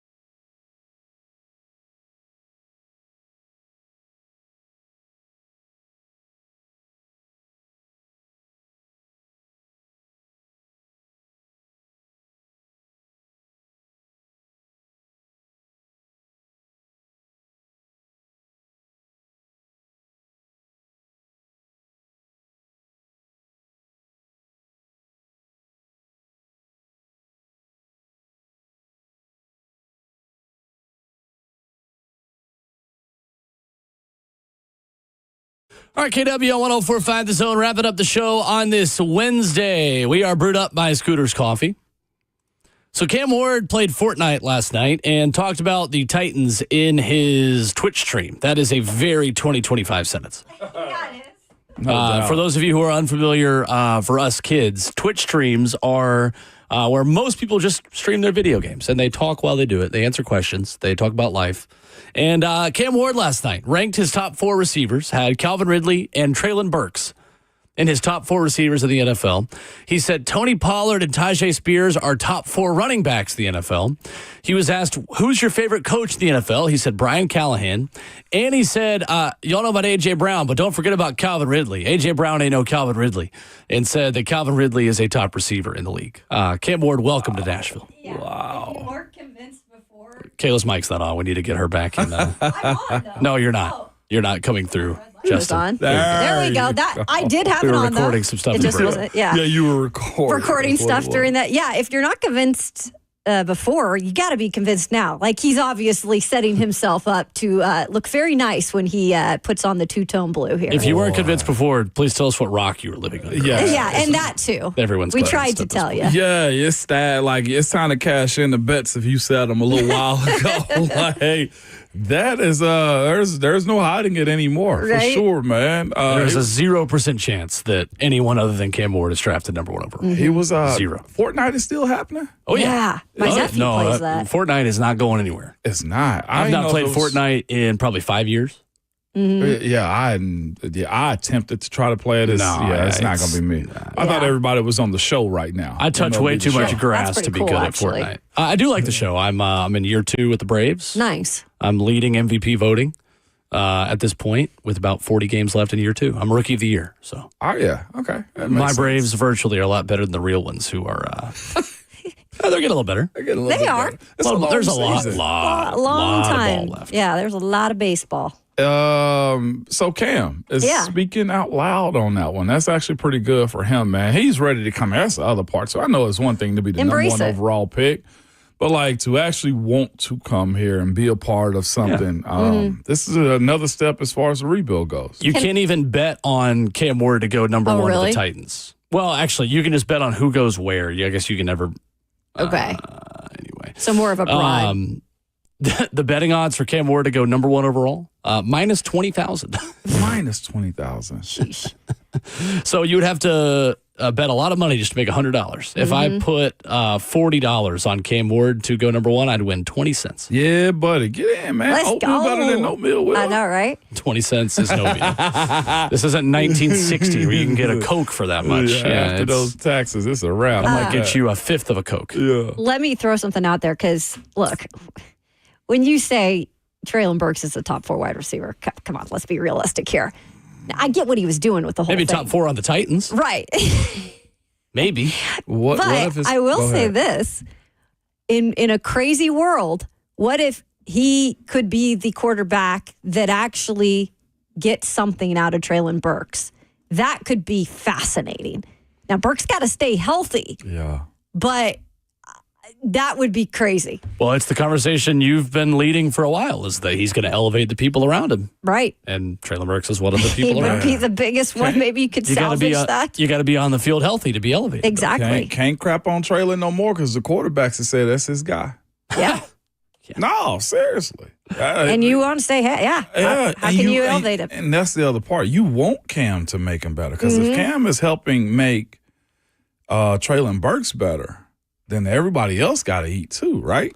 Like, that's the side of it. Like, most fan bases blindly follow their guy. It's the way I look at this situation. So if Cam said, y'all might as well pull them Treylon Burks jerseys right back out because that's the other part. Who is he going to throw to? 100%. Right? He never wavered. No. He never wavered. Absolutely not. So Front Office Sports has an exclusive interview with Team Nico. They are doubling down. Oh, really? Nico Iamaleava's camp, yeah. A non-named person says the narrative was BS, saying they did not ask for more money, saying his representation hasn't steered him wrong. The family friend says, at the end of the day, what did we do wrong to steer him and put him in a bad situation? We didn't. he says. This dispute dates all the way back to December 2024. Front Office Sports has learned when the Vols got knocked out of the playoff, Iamaleava's representatives have a conversation with Josh Heupel and explained what they would need in order for Iamaleava to stay. The friend says, quote, Big Nick said, his dad, we want you guys to reassure us that you're going to recruit and get the O-line right, that you're going to go out there and you're going to get receivers, the friend said. Said Iamaleava had suffered multiple concussions and 2 cracked helmets throughout the 2024 season. The family friend denies that these conversations had anything to do with money. Yeah, good luck with that. They're making themselves try to They're doubling down. Yeah. Right, what the doggone crack helmet? Never mind. We'll talk about more of this tomorrow. Got a lot more tomorrow. We are out of time today, but that's interesting. Doubling down is certainly a decision. Certainly a decision. Inky Johnson is here. We're going to make the decision and get you some midweek motivation on the way out of the show this morning. What's up, Inky? How are you, man? Hey. What's going on, good people? What's going on? Not much. Good to be on. Yes, sir. Appreciate you, Ink. It was good seeing you surprisingly this weekend, too. No, it's great seeing you, man. Catching up at the spring game. Amidst all of the drama, it was cool. It's a good thing. But I want to start us off, man, with a quote. It says, gratitude doesn't change what you have. It changes what you notice. Gratitude doesn't change what you have. It changes what you notice. And so yesterday I was talking to my kids on the way to school just about, feelings, decisions, and being willing to express themselves. And they were sharing certain things. And I said, man, in life, it's great to express yourself. It's great to tell people how you feel. I said, but just because you feel a certain way, right? And so we were watching something, right? I like Thor. I like the hammer. You know what I'm saying? I like that whole deal, right? And so we're watching it, and he was talking to his father, and it was right before, they was about to make Thor, the man. They was about to put him on the throne, and he was being very disrespectful to his father's leadership. And so as I'm watching it with my son, Thor's father said something to him just about the hammer. Thor the Avenger, he's known for the hammer, right? The superpower. And as Thor wasn't listening, his father said something that was very vital to Thor and his leadership. He said that hammer is a weapon that you can use to destroy, or that hammer is a weapon that you can use to build. He said it can be a weapon to use to destroy, or it can be a weapon to use to build. And when you talk to people, words, actions, decisions, how we interact with people, it can be a weapon used to build, or it can be a weapon used to destroy. I tell people every single day, in life, you got a right to do what you want to do. You got a right to make certain decisions, right? People may forget what you do. People may forget what you say, but people will never forget the way you make them feel. Your words, your actions, how you treat people, how you do things. It could be a tool. It could be a weapon to build up people, or it can be a weapon and a tool to destroy people. Go be great, man. Go build. Don't tear down. Thank you.